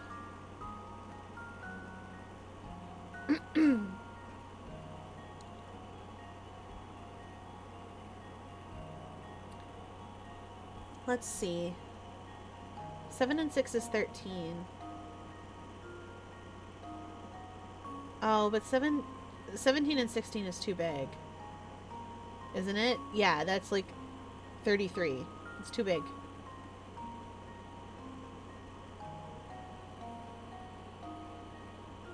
I feel like this 8 has to be where we get the 5 from.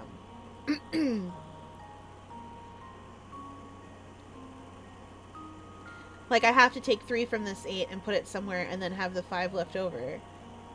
But, like, 8 and 17 is still 25, and that's not going to work out to 35 because we don't have a 10. So maybe I'm being a bit silly.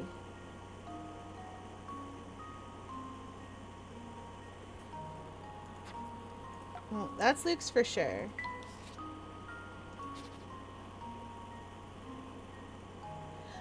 Maybe...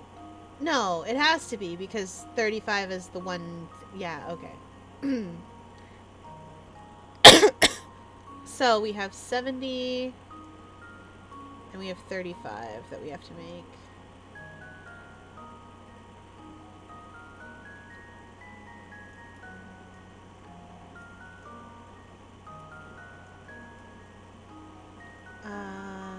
Oh wait. 5.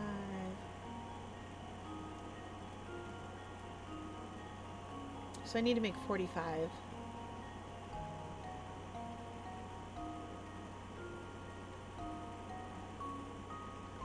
I feel like this drink is Luke's as well.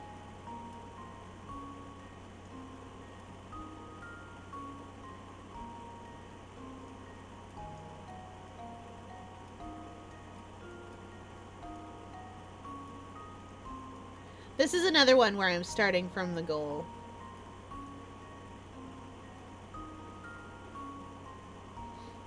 Okay, now we're making 33. That should be a little bit easier for me. Oh, there was a way to make 33. There is a way to make 33.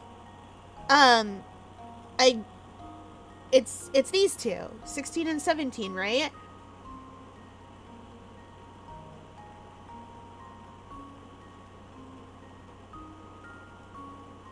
Yeah, right? Yeah, okay.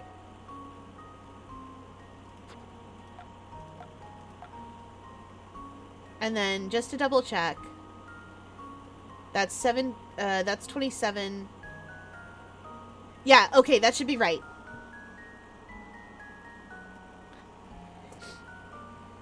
$21 out of 25. Good work. You can do it.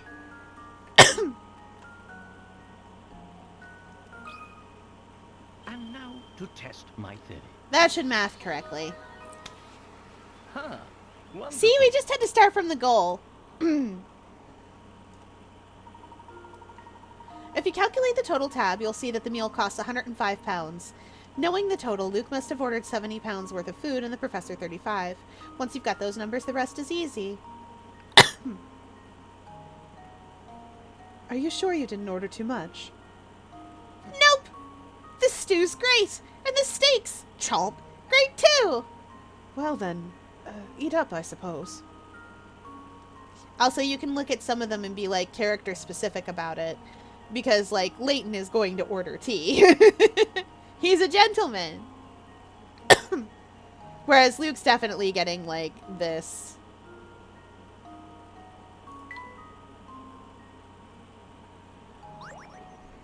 Oof. But still, that's so much dinner. Well, he's a growing boy, I suppose. I forgot I had bows on again, chat. I forgot I had the bows on. Stacked glasses. I like this puzzle, I think.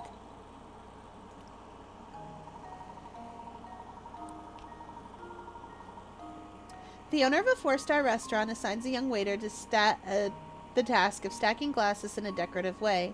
Eager to please, the young waiter immediately draws 5 separate designs and shows them to the owner. The owner takes one glance at the designs and, with a look of irritation, turns to the boy and cries, "This design is preposterous! What were you thinking?" Which of the 5 designs is the owner talking about?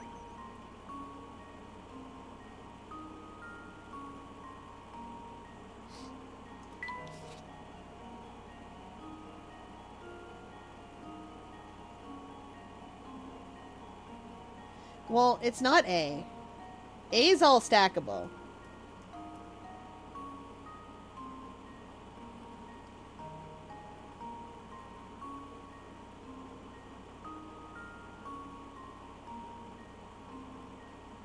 It's B.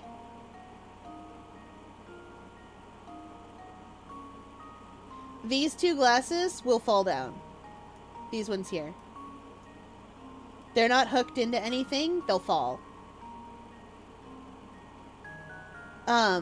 These ones, they're all stacked functionally. These ones are technically stacked functionally. These ones likewise are stacked decently, and same here. But these 2 glasses will fall. On the edge. Here goes. I forgot you can't see my stylus. What do you mean incorrect? Looks like I botched that one.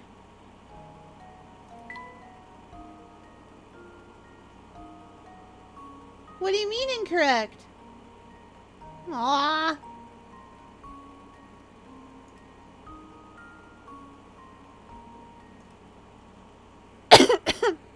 I guess I could try until... Well then, where's the... Is it A then?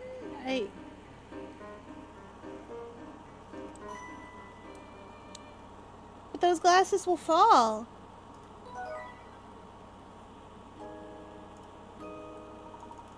Yeah, we don't care about the story so far. I know it already.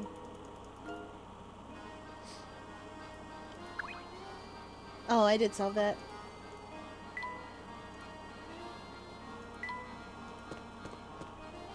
Fear, there's 2 Melanies in the elevator. Well, they're yours now.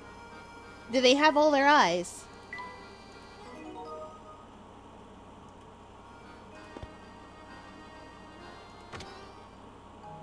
I didn't save after finishing this one? Tisk tisk.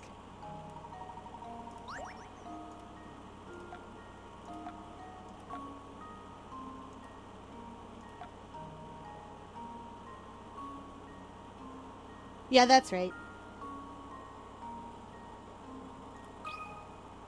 And now to test my theory. And there we have it. Okay, this time I'm saving.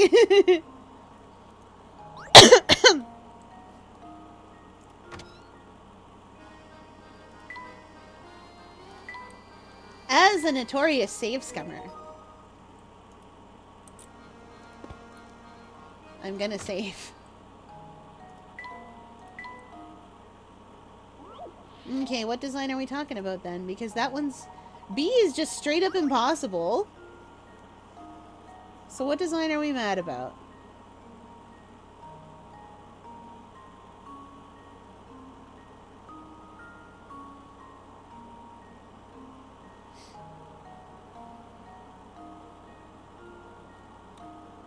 Are we mad about A?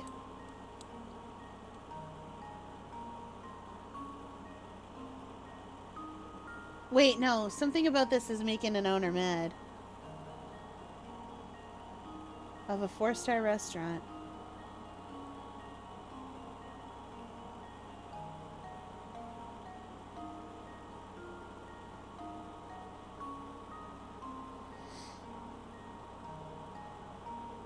Are we mad about A?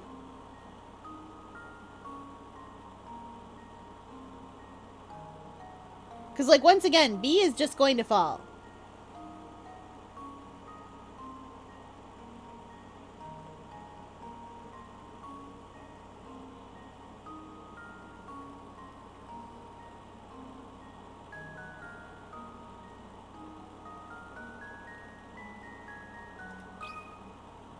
Just leave it to me.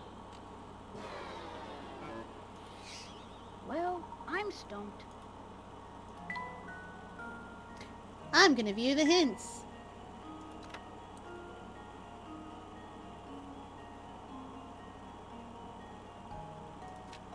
Yeah.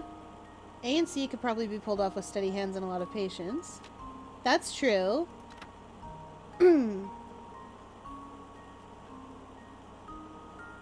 On paper, each cup is represented by a single bent line, but real glasses have a rim on the top and walls of a set thickness.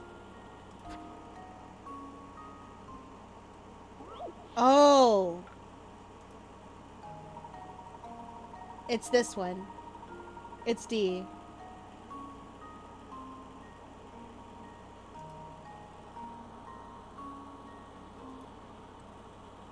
It's D, but I'm mad about it.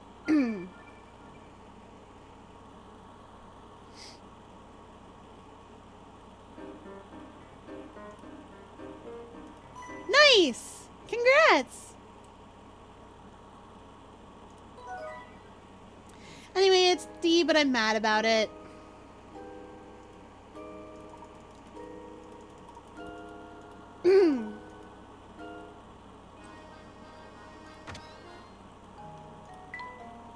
I'll show you why.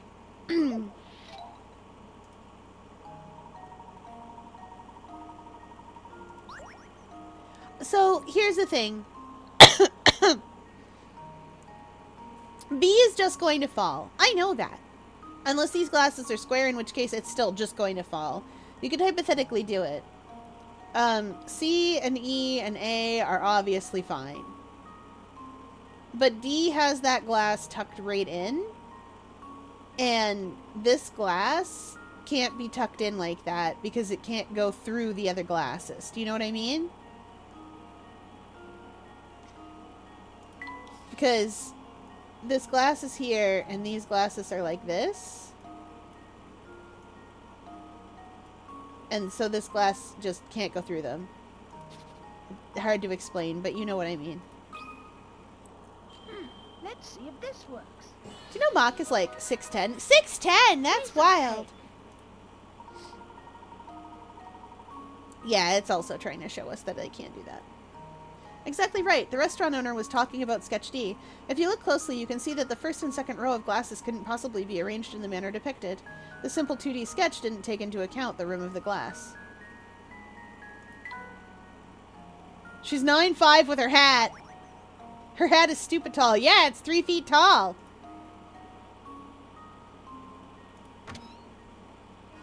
No, let's just save this. I like to clean up the puzzles that I missed before I go doing anything crazy.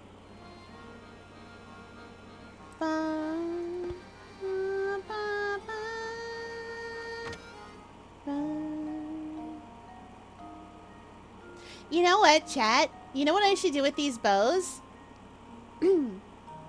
I should do the funniest thing with these bows. I'm gonna tell you what it is, chat.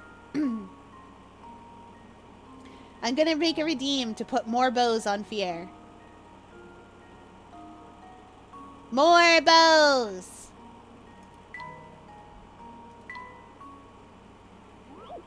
I don't know how I'll do it, but I will do it. Choo choo. An unknown number of people are riding a train. At the first station the train pulls into, 1/6 of the people on board get off. At the next station, 1/5 of the remaining passengers get off. This pattern continues so that the next station, 1/4, then 1/3, then 1/2, and at the final station, all passengers remaining on the train exit as well. Assuming no one got on the train during the ride, what's the fewest number of people that could have been riding on the train when it set out? 6.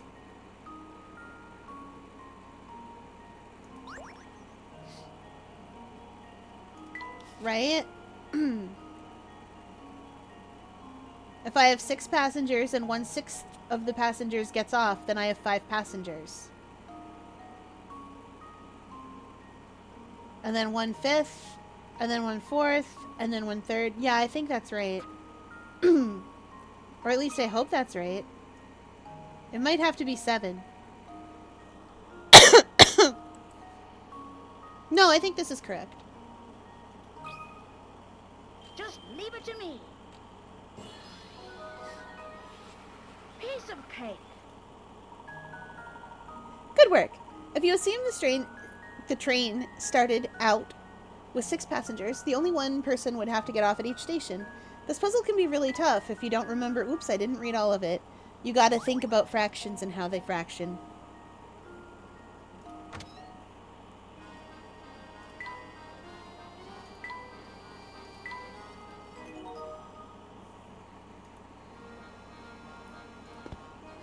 We'll get back to the plot momentarily, but first, Granny Riddleton.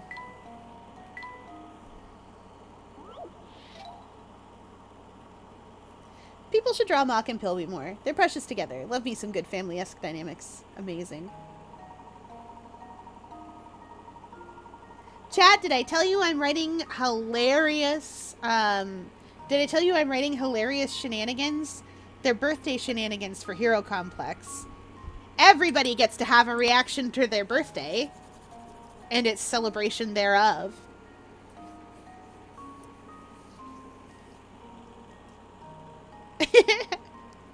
Also, everyone has a birthday now. A day, but not like a year, because it's Hero Complex. We don't talk about it. What year is it? It doesn't matter. Like a comic book, it doesn't matter.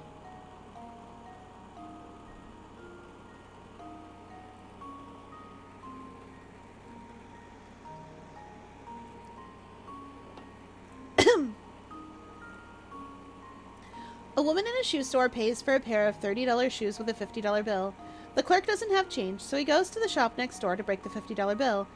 Then he then gives the woman her change. A while later, the clerk next door comes into the shoe store complaining that the bill she got from the shoe clerk was counterfeit. The mortified shoe clerk gives the other shopkeeper a $50 bill of his own in apology. Both the woman and the fake bill and the shoes she took are gone. In total, how much did the shoe clerk lose in dollars?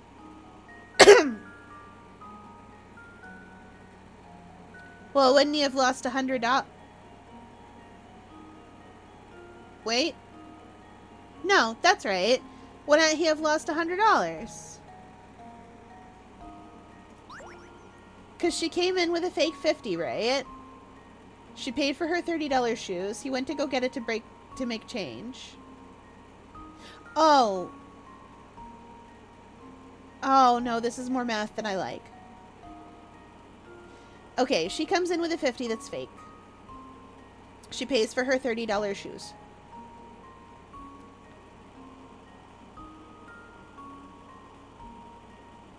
This clerk here gives him a real $30.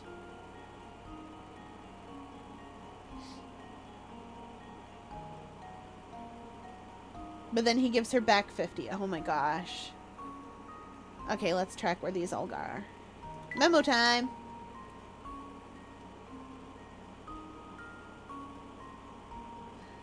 Okay. There's a fake 50.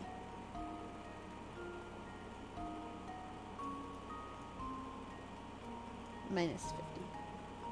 But he doesn't have change.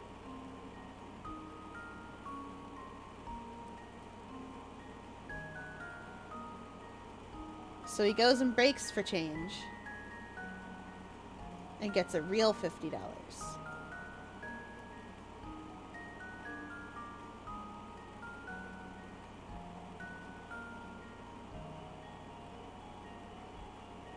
Which he then gives $20 of away.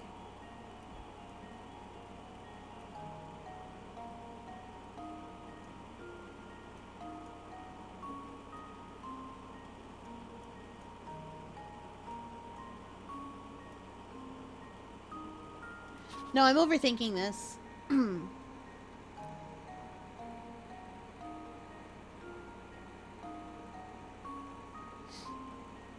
We know he's out $50 for this nice lady.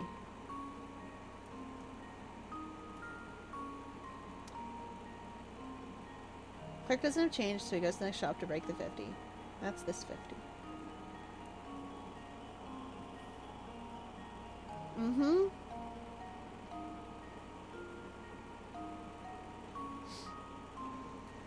Okay.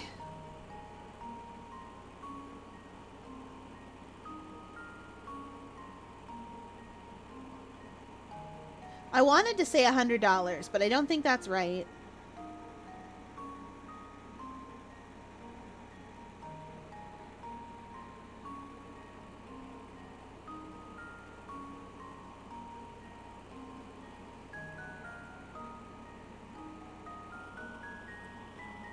Because he handed a real 50 to the actual to the other shop owner.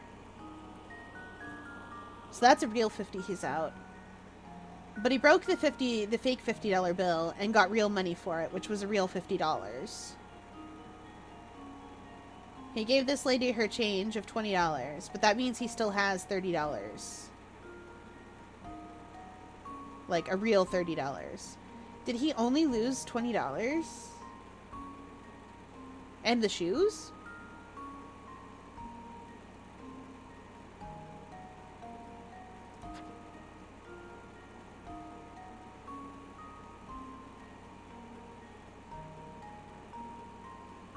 Turns out the floppies are on the wiki. Ooh, have fun. Did he only lose $20? I'm gonna go with it. It feels weird.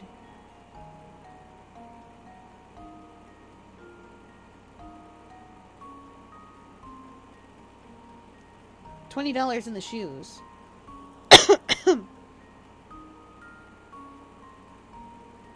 No, that can't be right. Wait. Because he has a real $30 from the shoes themselves.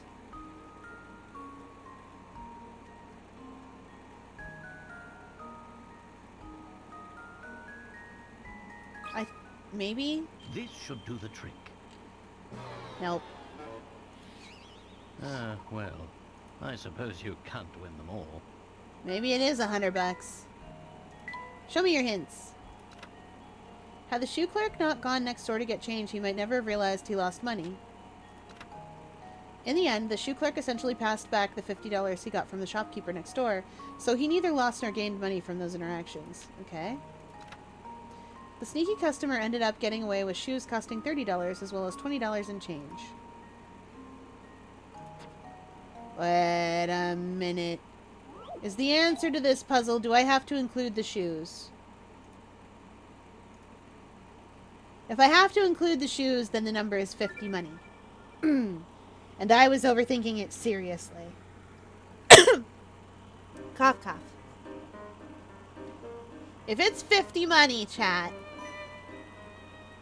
I won't deep fry my wings, because it probably is, and I don't have any wings. Ooh! Could I be a real furry if I got wings?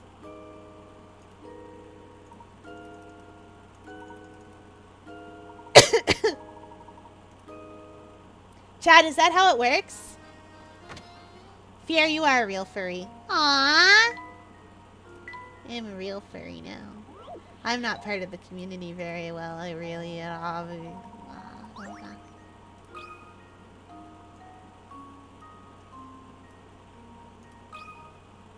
And now to test my theory. Aha! And I had to count the shoes.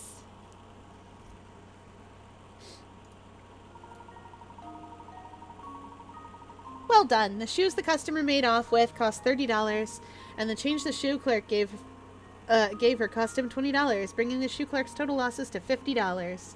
The shoe clerk received $50 in real money when he swapped the fake bill for change, but had to return the same $50 when the counterfeit bill was discovered.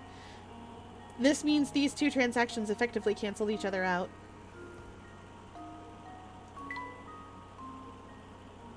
I'm a real furry now.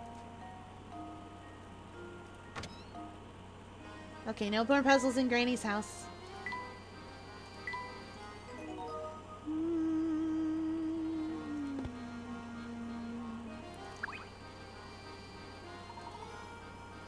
Well, Mr. Layton, how are you enjoying your time here in Dropstone? It's been delightful. Every once in a while, it's nice to leave the city and enjoy the countryside. The air is so clean and fresh. I'm so jealous of the people who get to live out here. I couldn't put it better myself. There's something about this place that makes you feel like a new man. I'm glad Beluga's having a good time. And with the village celebrating its 50th anniversary today, our timing couldn't be better. Come to think of it, your Momentary Express turned 50 this year, didn't it? Quite the coincidence. Yes! Indeed it did. Sheer coincidence, of course. Still, it could have been fun to celebrate your train's anniversary here at the festival. Well, we already have a grand 50th anniversary celebration planned at an exclusive venue in London. Oh, is that so?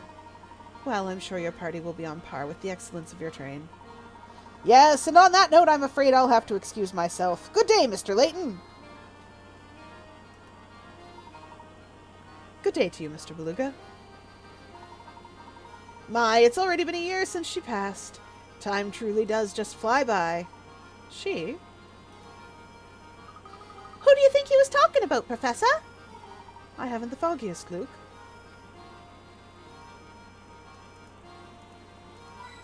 Yes! Yes! I know you, game. I know where you like to put your hint coins. I know what you're up to. Aww, so cutesy pilled. Are you cutesy pilled adorable maxing? I am. I'm teeny tiny.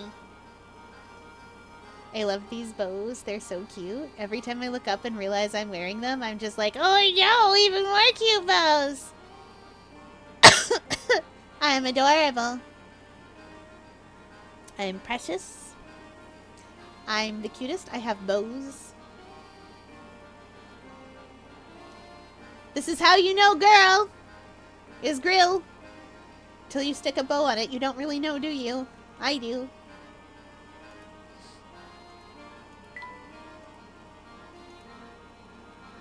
I do! Do you like my bows? Yes!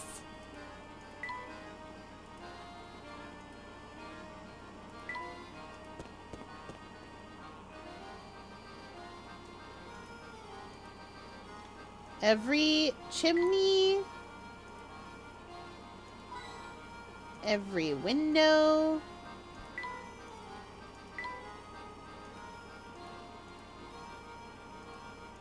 every little bush,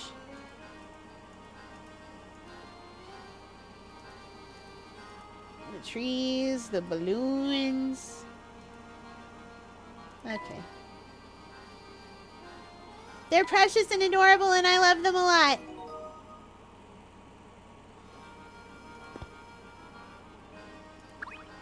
Oh, he's not a puzzle at all. Ooh, hoo, hoo. Who do we have here? Visitors from out of town. Indeed we are. We're traveling on the Military Express. But we stopped here for repairs. Oh, if you're here for repairs, I bet I know where you're headed. Oh, really?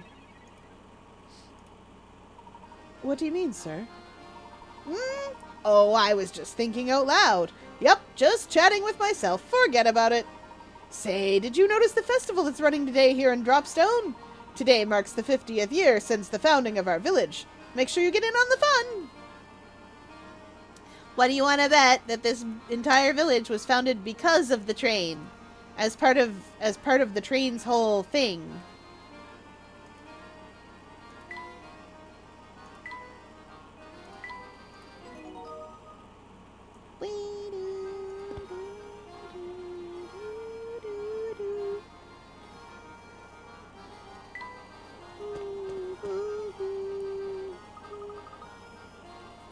Wow!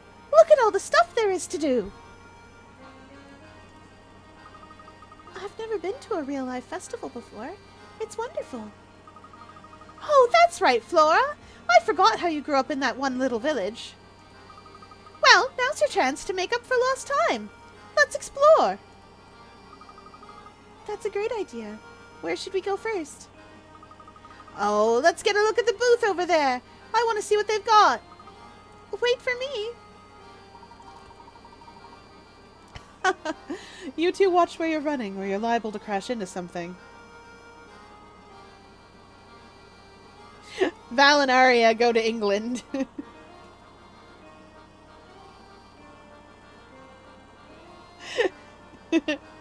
They take Catoid along. Someone has to be outgoing.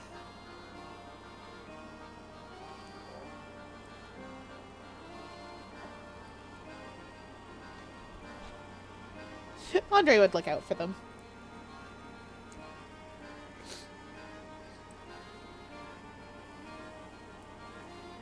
I need to be banned from Hero Complex, I fear. Nope. Too bad. Can't be.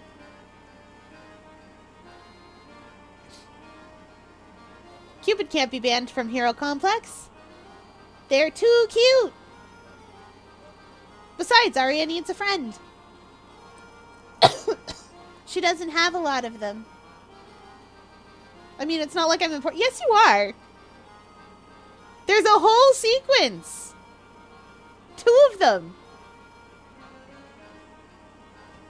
In the actual text. That are just for Val.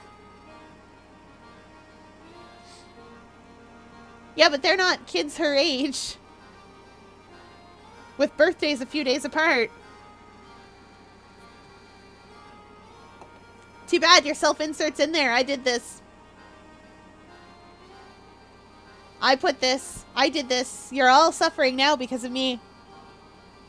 I'm not rewriting it.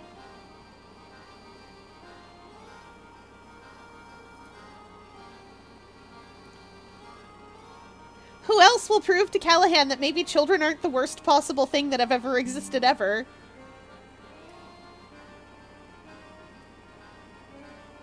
He doesn't hate them. He's just very bad at them. Who else will be the one child that he's kind of good at?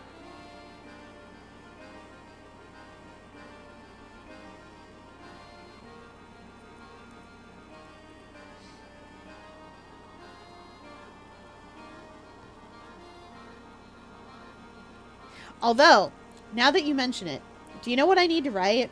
I need to write an It's a Wonderful Life with Cupid. I should write an It's a Wonderful Lifestyle thing with everybody.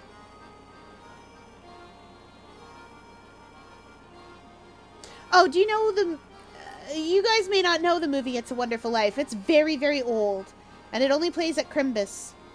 Usually these days.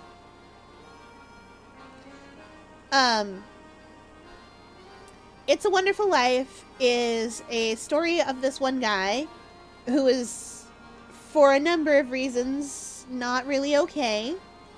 A very terrible thing happens, and everybody in town might get kicked out of their homes. Because reasons. So an angel shows up and is like, yo, dude, what are you doing? And he's like, everyone would be better off without me. And said angel is like, no, they wouldn't. And then they do like the Christmas Carol style, let's go see some events in the past and let's go see what the future would look like if you weren't there. And as it turns out, he actually is a pretty good dude, and he is shockingly important. Because everybody is shockingly important. Even little things. Even little itty bitty things can lead to great big changes. That's why we have the TV trope for want of a nail. That's not true. They would not be better off without you. That goes for all of you, chat.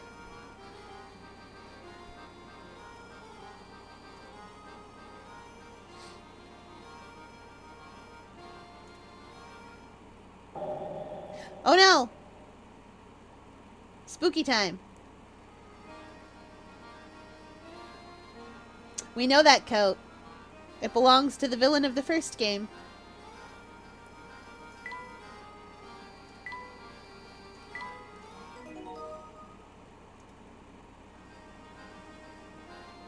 You don't. And stop self-depreciating in my chat. You know better than that. You don't suck. No more self-depreciation in my chat. It's not doing you any favors.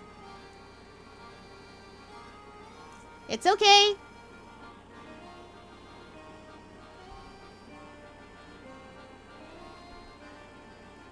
You can be sad all you want in the DMs. Besides, I will be the judge of whether or not someone sucks.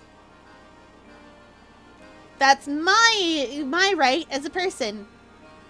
I have my own agency, and I'm allowed to make my own decisions. Aquarium staff said so, and it's true.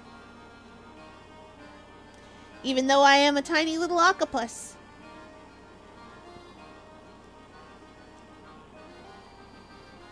Tiny little octopus. Doing tiny little octopus things. Octopus. Bloop, bloop, bloop. Did I put all the parts in the camera that I have? I did. Okay.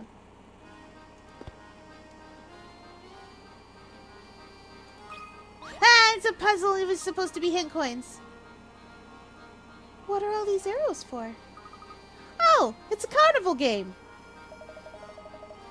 Way there, squirts! Try a hand at this fine game of skill. I'll tell you what, since business is slow right now, the first try's on me. Gosh, really, mister? Well, I can't say no to a deal like that. Come on, Flora. We can try it together.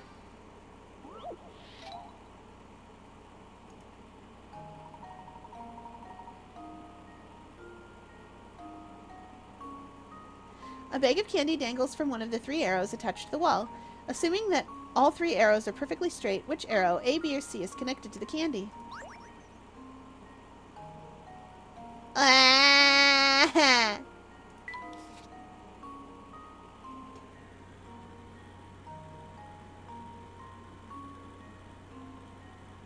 Chad, I'm just gonna use a ruler about it.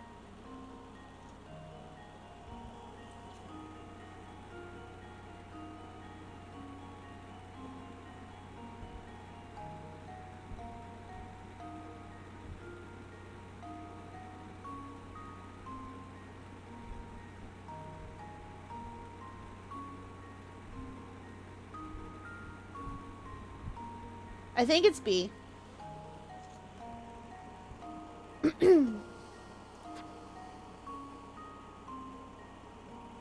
It might be C, but I think that it's B. Let me use a ruler one more time.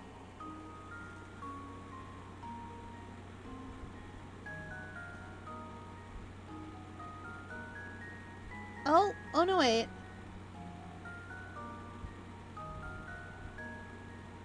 Maybe it is C.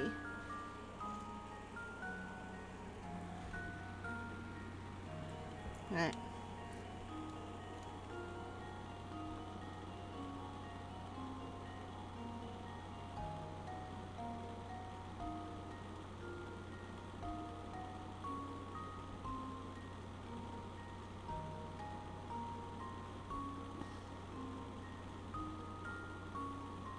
Yeah, I think it is C.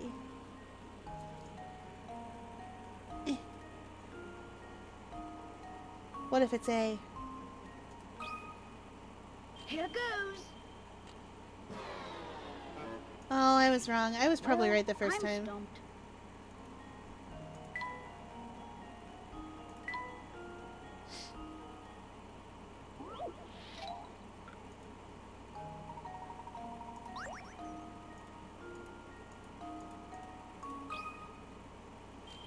Let's see if this works. I was right the 1st time! Layton's a I was right the 1st time, chat! Ah!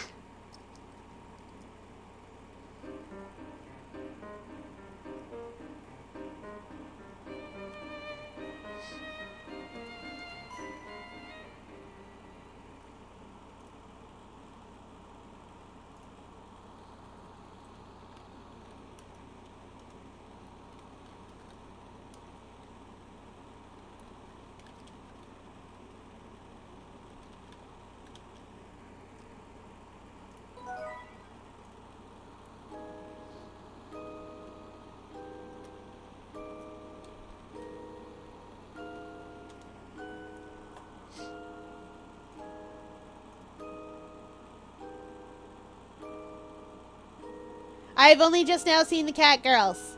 I stopped to look. Very silly. Oh my gosh.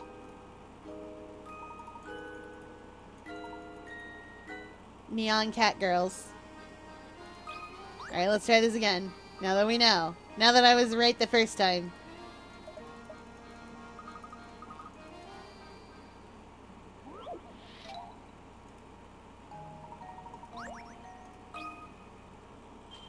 Let's see if this works.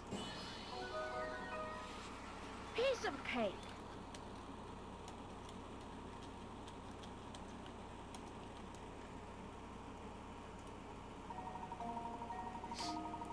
Good eye! Arrow B is the one attached to the candy. The reason this puzzle is tough for some people is because it contains a famous optical illusion. When you obscure a portion of the diagonal line with a straight shape, the two visible portions of the line appear disjointed from one another. Ah, that's why.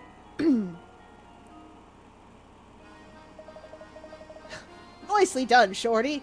Here's a little something for that fine performance. Really? Gosh, thank you! You got a spring part. Going right in the trunk.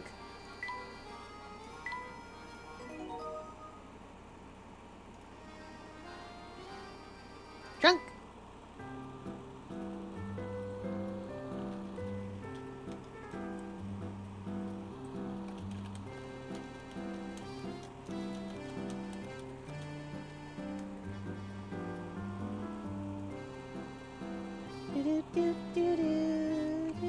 Oh, it's big.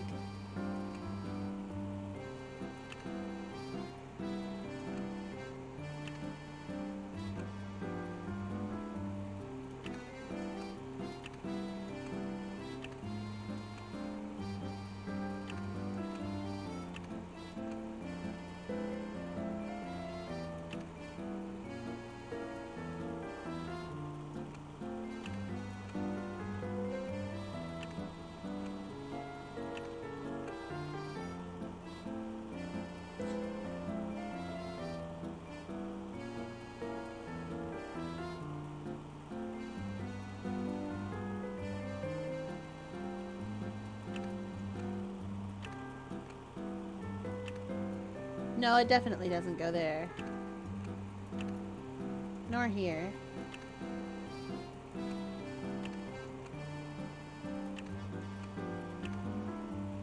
Not there either. I don't know where this one goes immediately.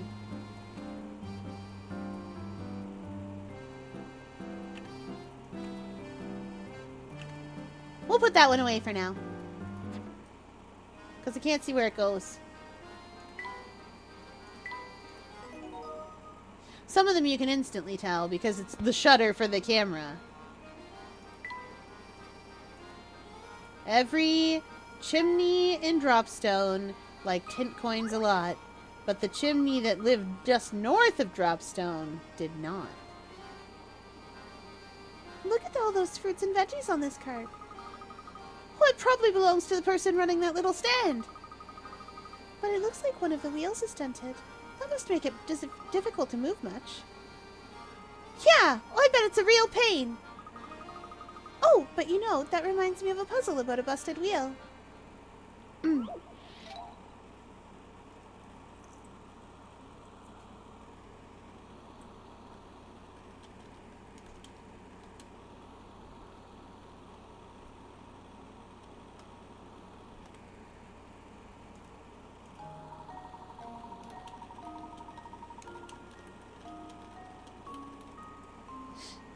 Okay.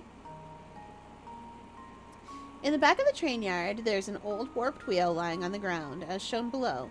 A star is pointing to its axle.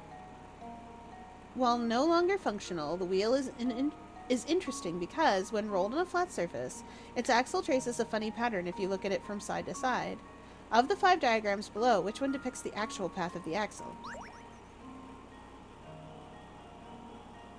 I hope it's the letter M.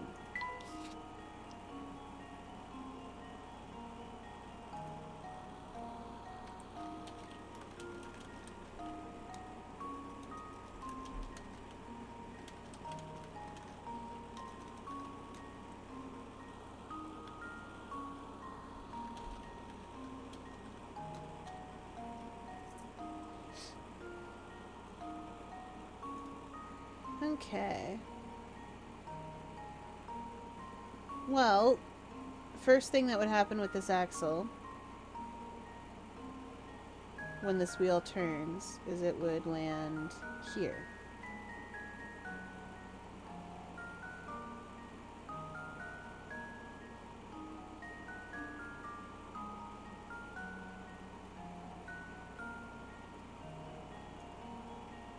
And then it would go like that.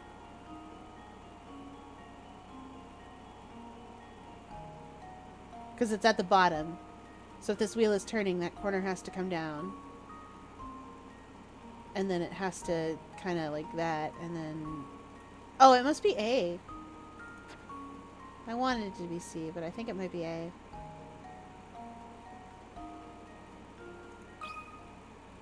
Just leave it to me. It's weird to pick A. Piece of cake.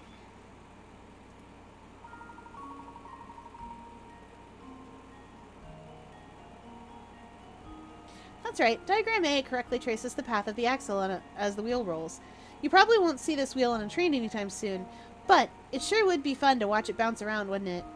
Ha ha ha! You underestimate the power of a game called The Room.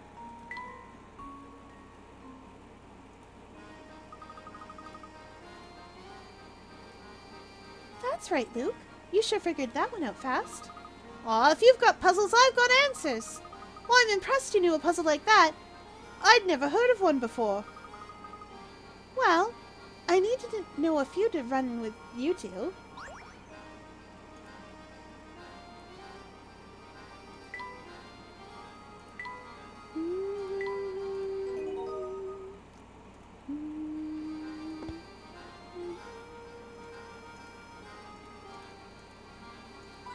I knew it.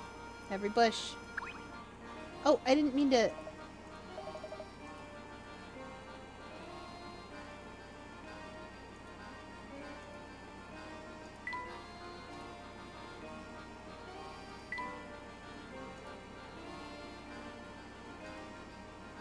Alright.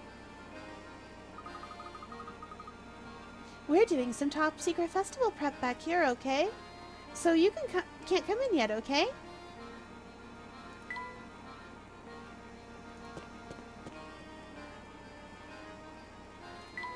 Oh, old womans are always puzzles. If I've learned anything, it's old womans are puzzles. Old womans are puzzles! Hey there, fellow. I'm in a real bind here. Help an old gal out, will you? What seems to be the problem, madame? My sweet little bird fell down a hole in the ground here. I want to help the poor little thing, but I can't reach her. Do you have any ideas? I believe there's something we can try. Getting a bird out. Oh dear. Oh no! Laurel's poor little bird has fallen down a long winding hole in the ground. In front of the bird are 3 paths labeled A, B, and C. Which tunnel should the bird take in order to make it safely above ground? Well, we also have the problem of snake. A snake, oh, it's a snake.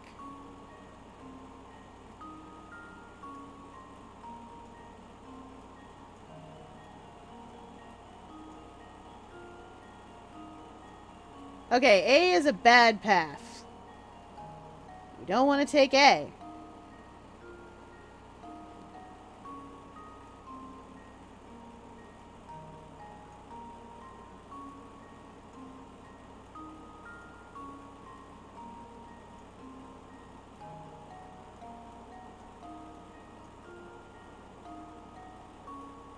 Good gravy, where's this all going? Oh, branching paths, of course.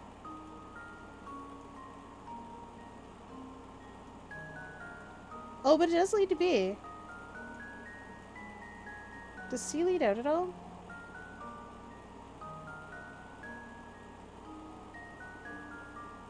No. This should do the trick. Ha! Wonderful. Oh, there, in case we needed help.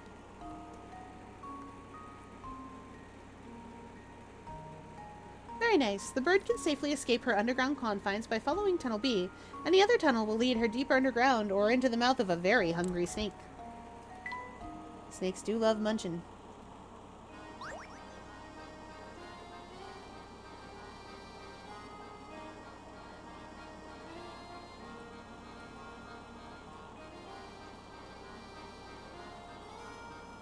Oh, chat. Chat, do you know what? Tomorrow at 4 p.m. Tomorrow at 4 p.m. my time, I get to find out what the Guild Wars 2's elite specs do. Thief, Mesmer, and Elementalist for tomorrow. And I am so excited! I play a Thef. I play a Mesmer. A Mesmer.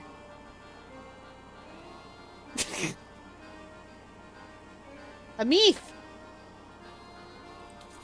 I'm so excited. They're gonna do other stuff leading up, and I'm gosh darn excited, chat. We're gonna have such a good time. I won't be here with all of you, but I will tell you all about it on stream. While we play Phoenix Wright, I'll be yapping about Guild Wars as usual. You have to tell me how it is. I will tell you. Well, more accurately, I can't tell you how they play exactly because I won't be physically playing them until August. There's an open beta week in August, which I will be playing the absolute heck out of. You guys know me. We're going to play open beta where I make a bunch of people and make them be in Guild Wars. Chat, you guys know the boys. Mark and Callahan are there already. But for the beta, I think I need to make Jacob. But what class? I feel like Mesmer is correct of all the classes. But I wish for your input. Do I make him the class that he would play or the class that he is? Also, that's a new question. Because those two things are different.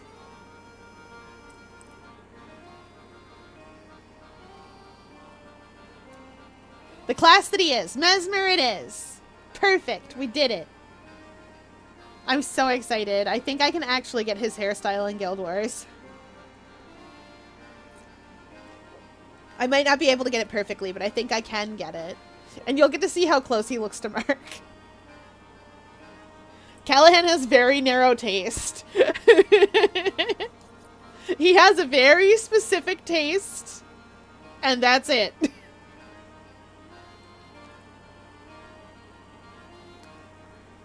Oh, there's my little birdie. I was worried she'd be stuck down there forever. I wish I had some way of thanking you properly. Oh, I know. You can have this tea set and these lovely herbs. Take 'em, I insist. The tea set minigame has been added to the trunk. I forgot this was a minigame, chat. You got the ingredient Oasis Leaf. Use it to create tea blends. You got the ingredient Briskberry. Use it to create tea blends.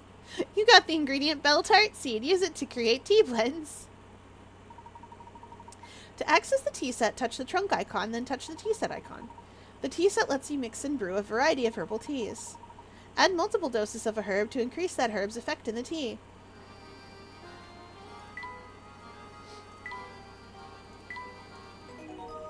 Okay. Oh, I think I remember how this is. They come to you and ask for tea.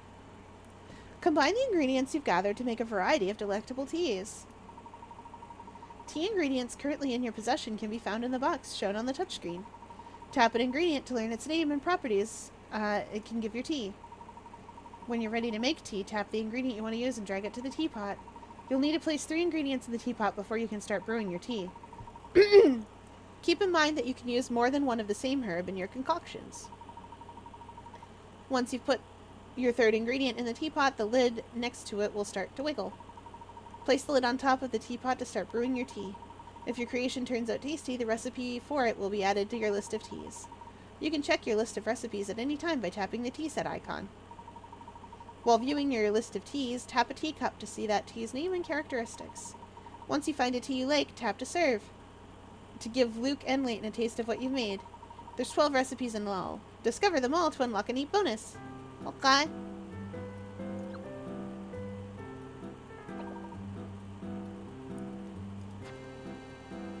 Oh, make a tasty pot of tea.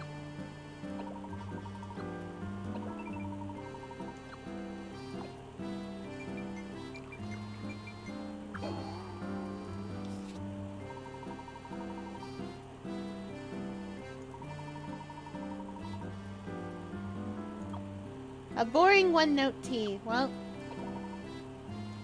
you know me.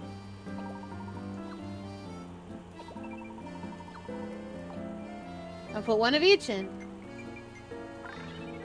Well done. 1 pot of tea. Oh, that's a little sour and a little sweet. Yum! I certainly have to tip my hat to this tea's drinkability. I imagine it would be delicious cold as well. Yep. And since it's nice and light, I bet just about anyone would be able to have a cup. Yes, I myself am partial to its lovely fruity aftertaste.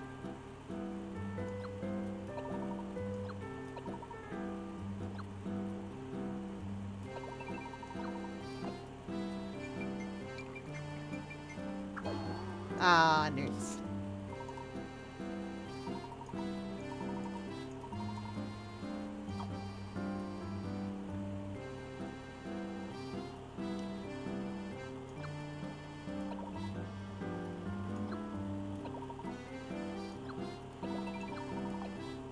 Well, one more try.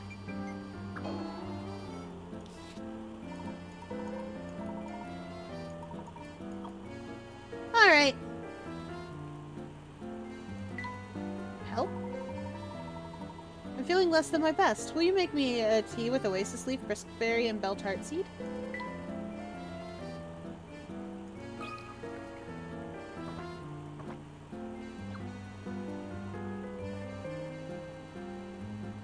Layton drinks the steaming cup of Bell Classic, enjoying each warm sip.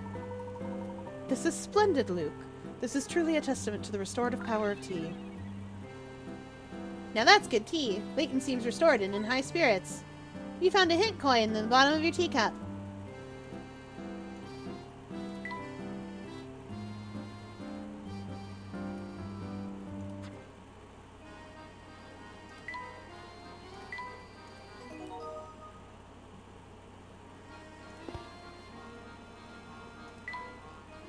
Why did I go back in the trunk? I meant to press the shoe. Hold on. Chimneys!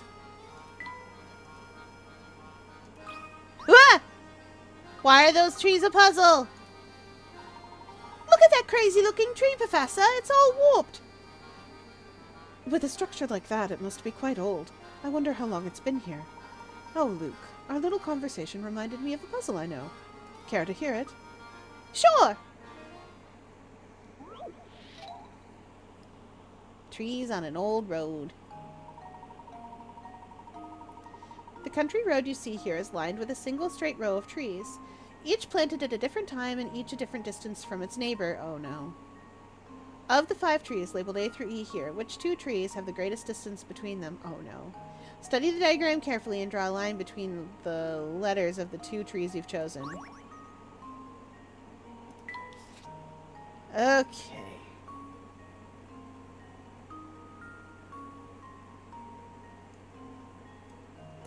A and B look obviously distant from each other.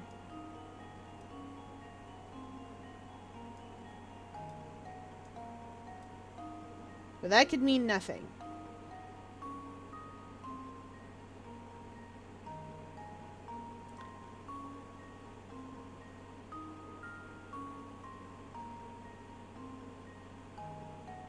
The forest and the trees themselves.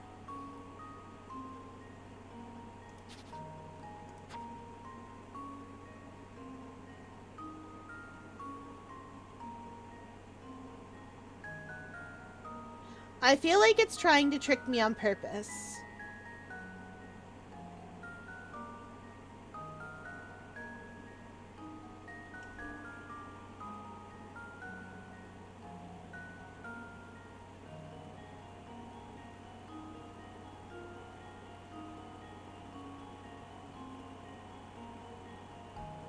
I feel like C and D are okay. These 2 are close.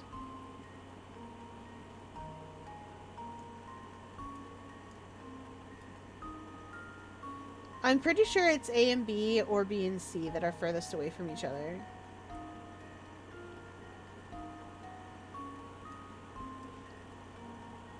Because I think it's trying to trick me. Perspective-wise.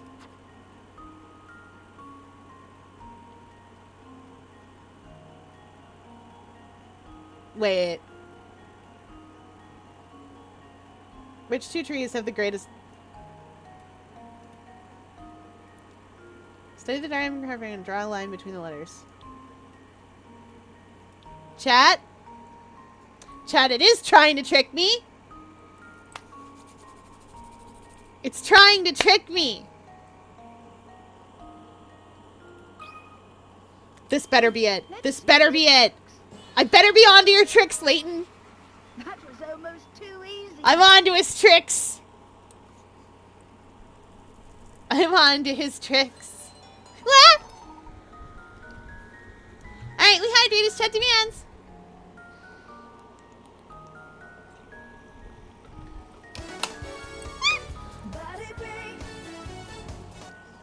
And a big stretch.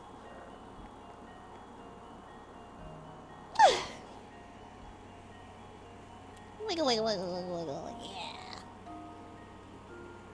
We'll do some obliques. 1, 2, 3, 4, 5, 6, 7, 8, 9, 10.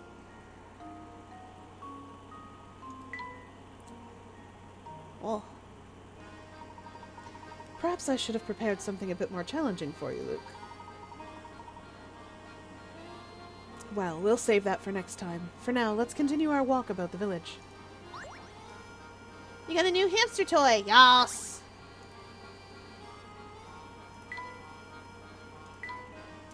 Hamster time, hamster time. It's time for hamster time. This tiny stump attracts the hamster if he's within 3 spaces of it. However, if an apple is also within 3 spaces, the hamster always goes for the apple instead.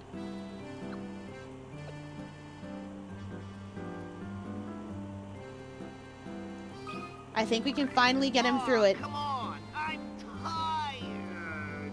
I know, buddy, but you gotta get in shape.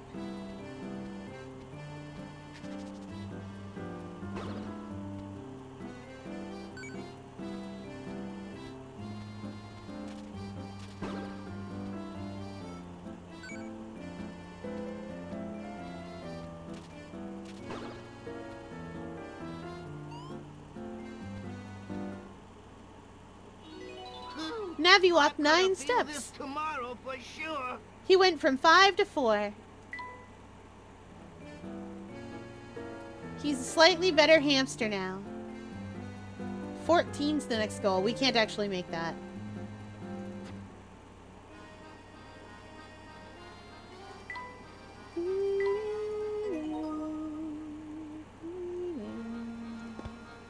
Okay. Oh, I would look at the time. Alright, I had to take the bows off to come over here. That is it for tonight, everybody. I will see you all tomorrow when we play Phoenix Wright. For now, it is adventure time. Come on, grab your friends. We'll go to very distant lands. With Jake the dog and Finn the human, the fun will never end. It's adventure time. Now let's see who's on. Who's here?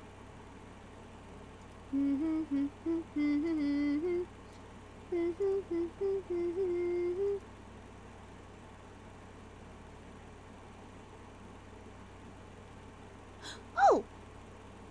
Ooh!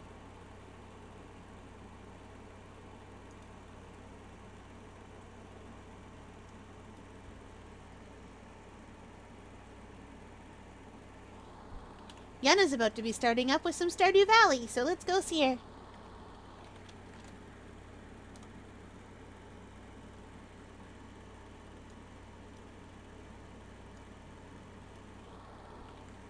Alright, that is it for tonight, everybody. I will see you all tomorrow. We'll go on an adventure. It'll be a great time. Ah!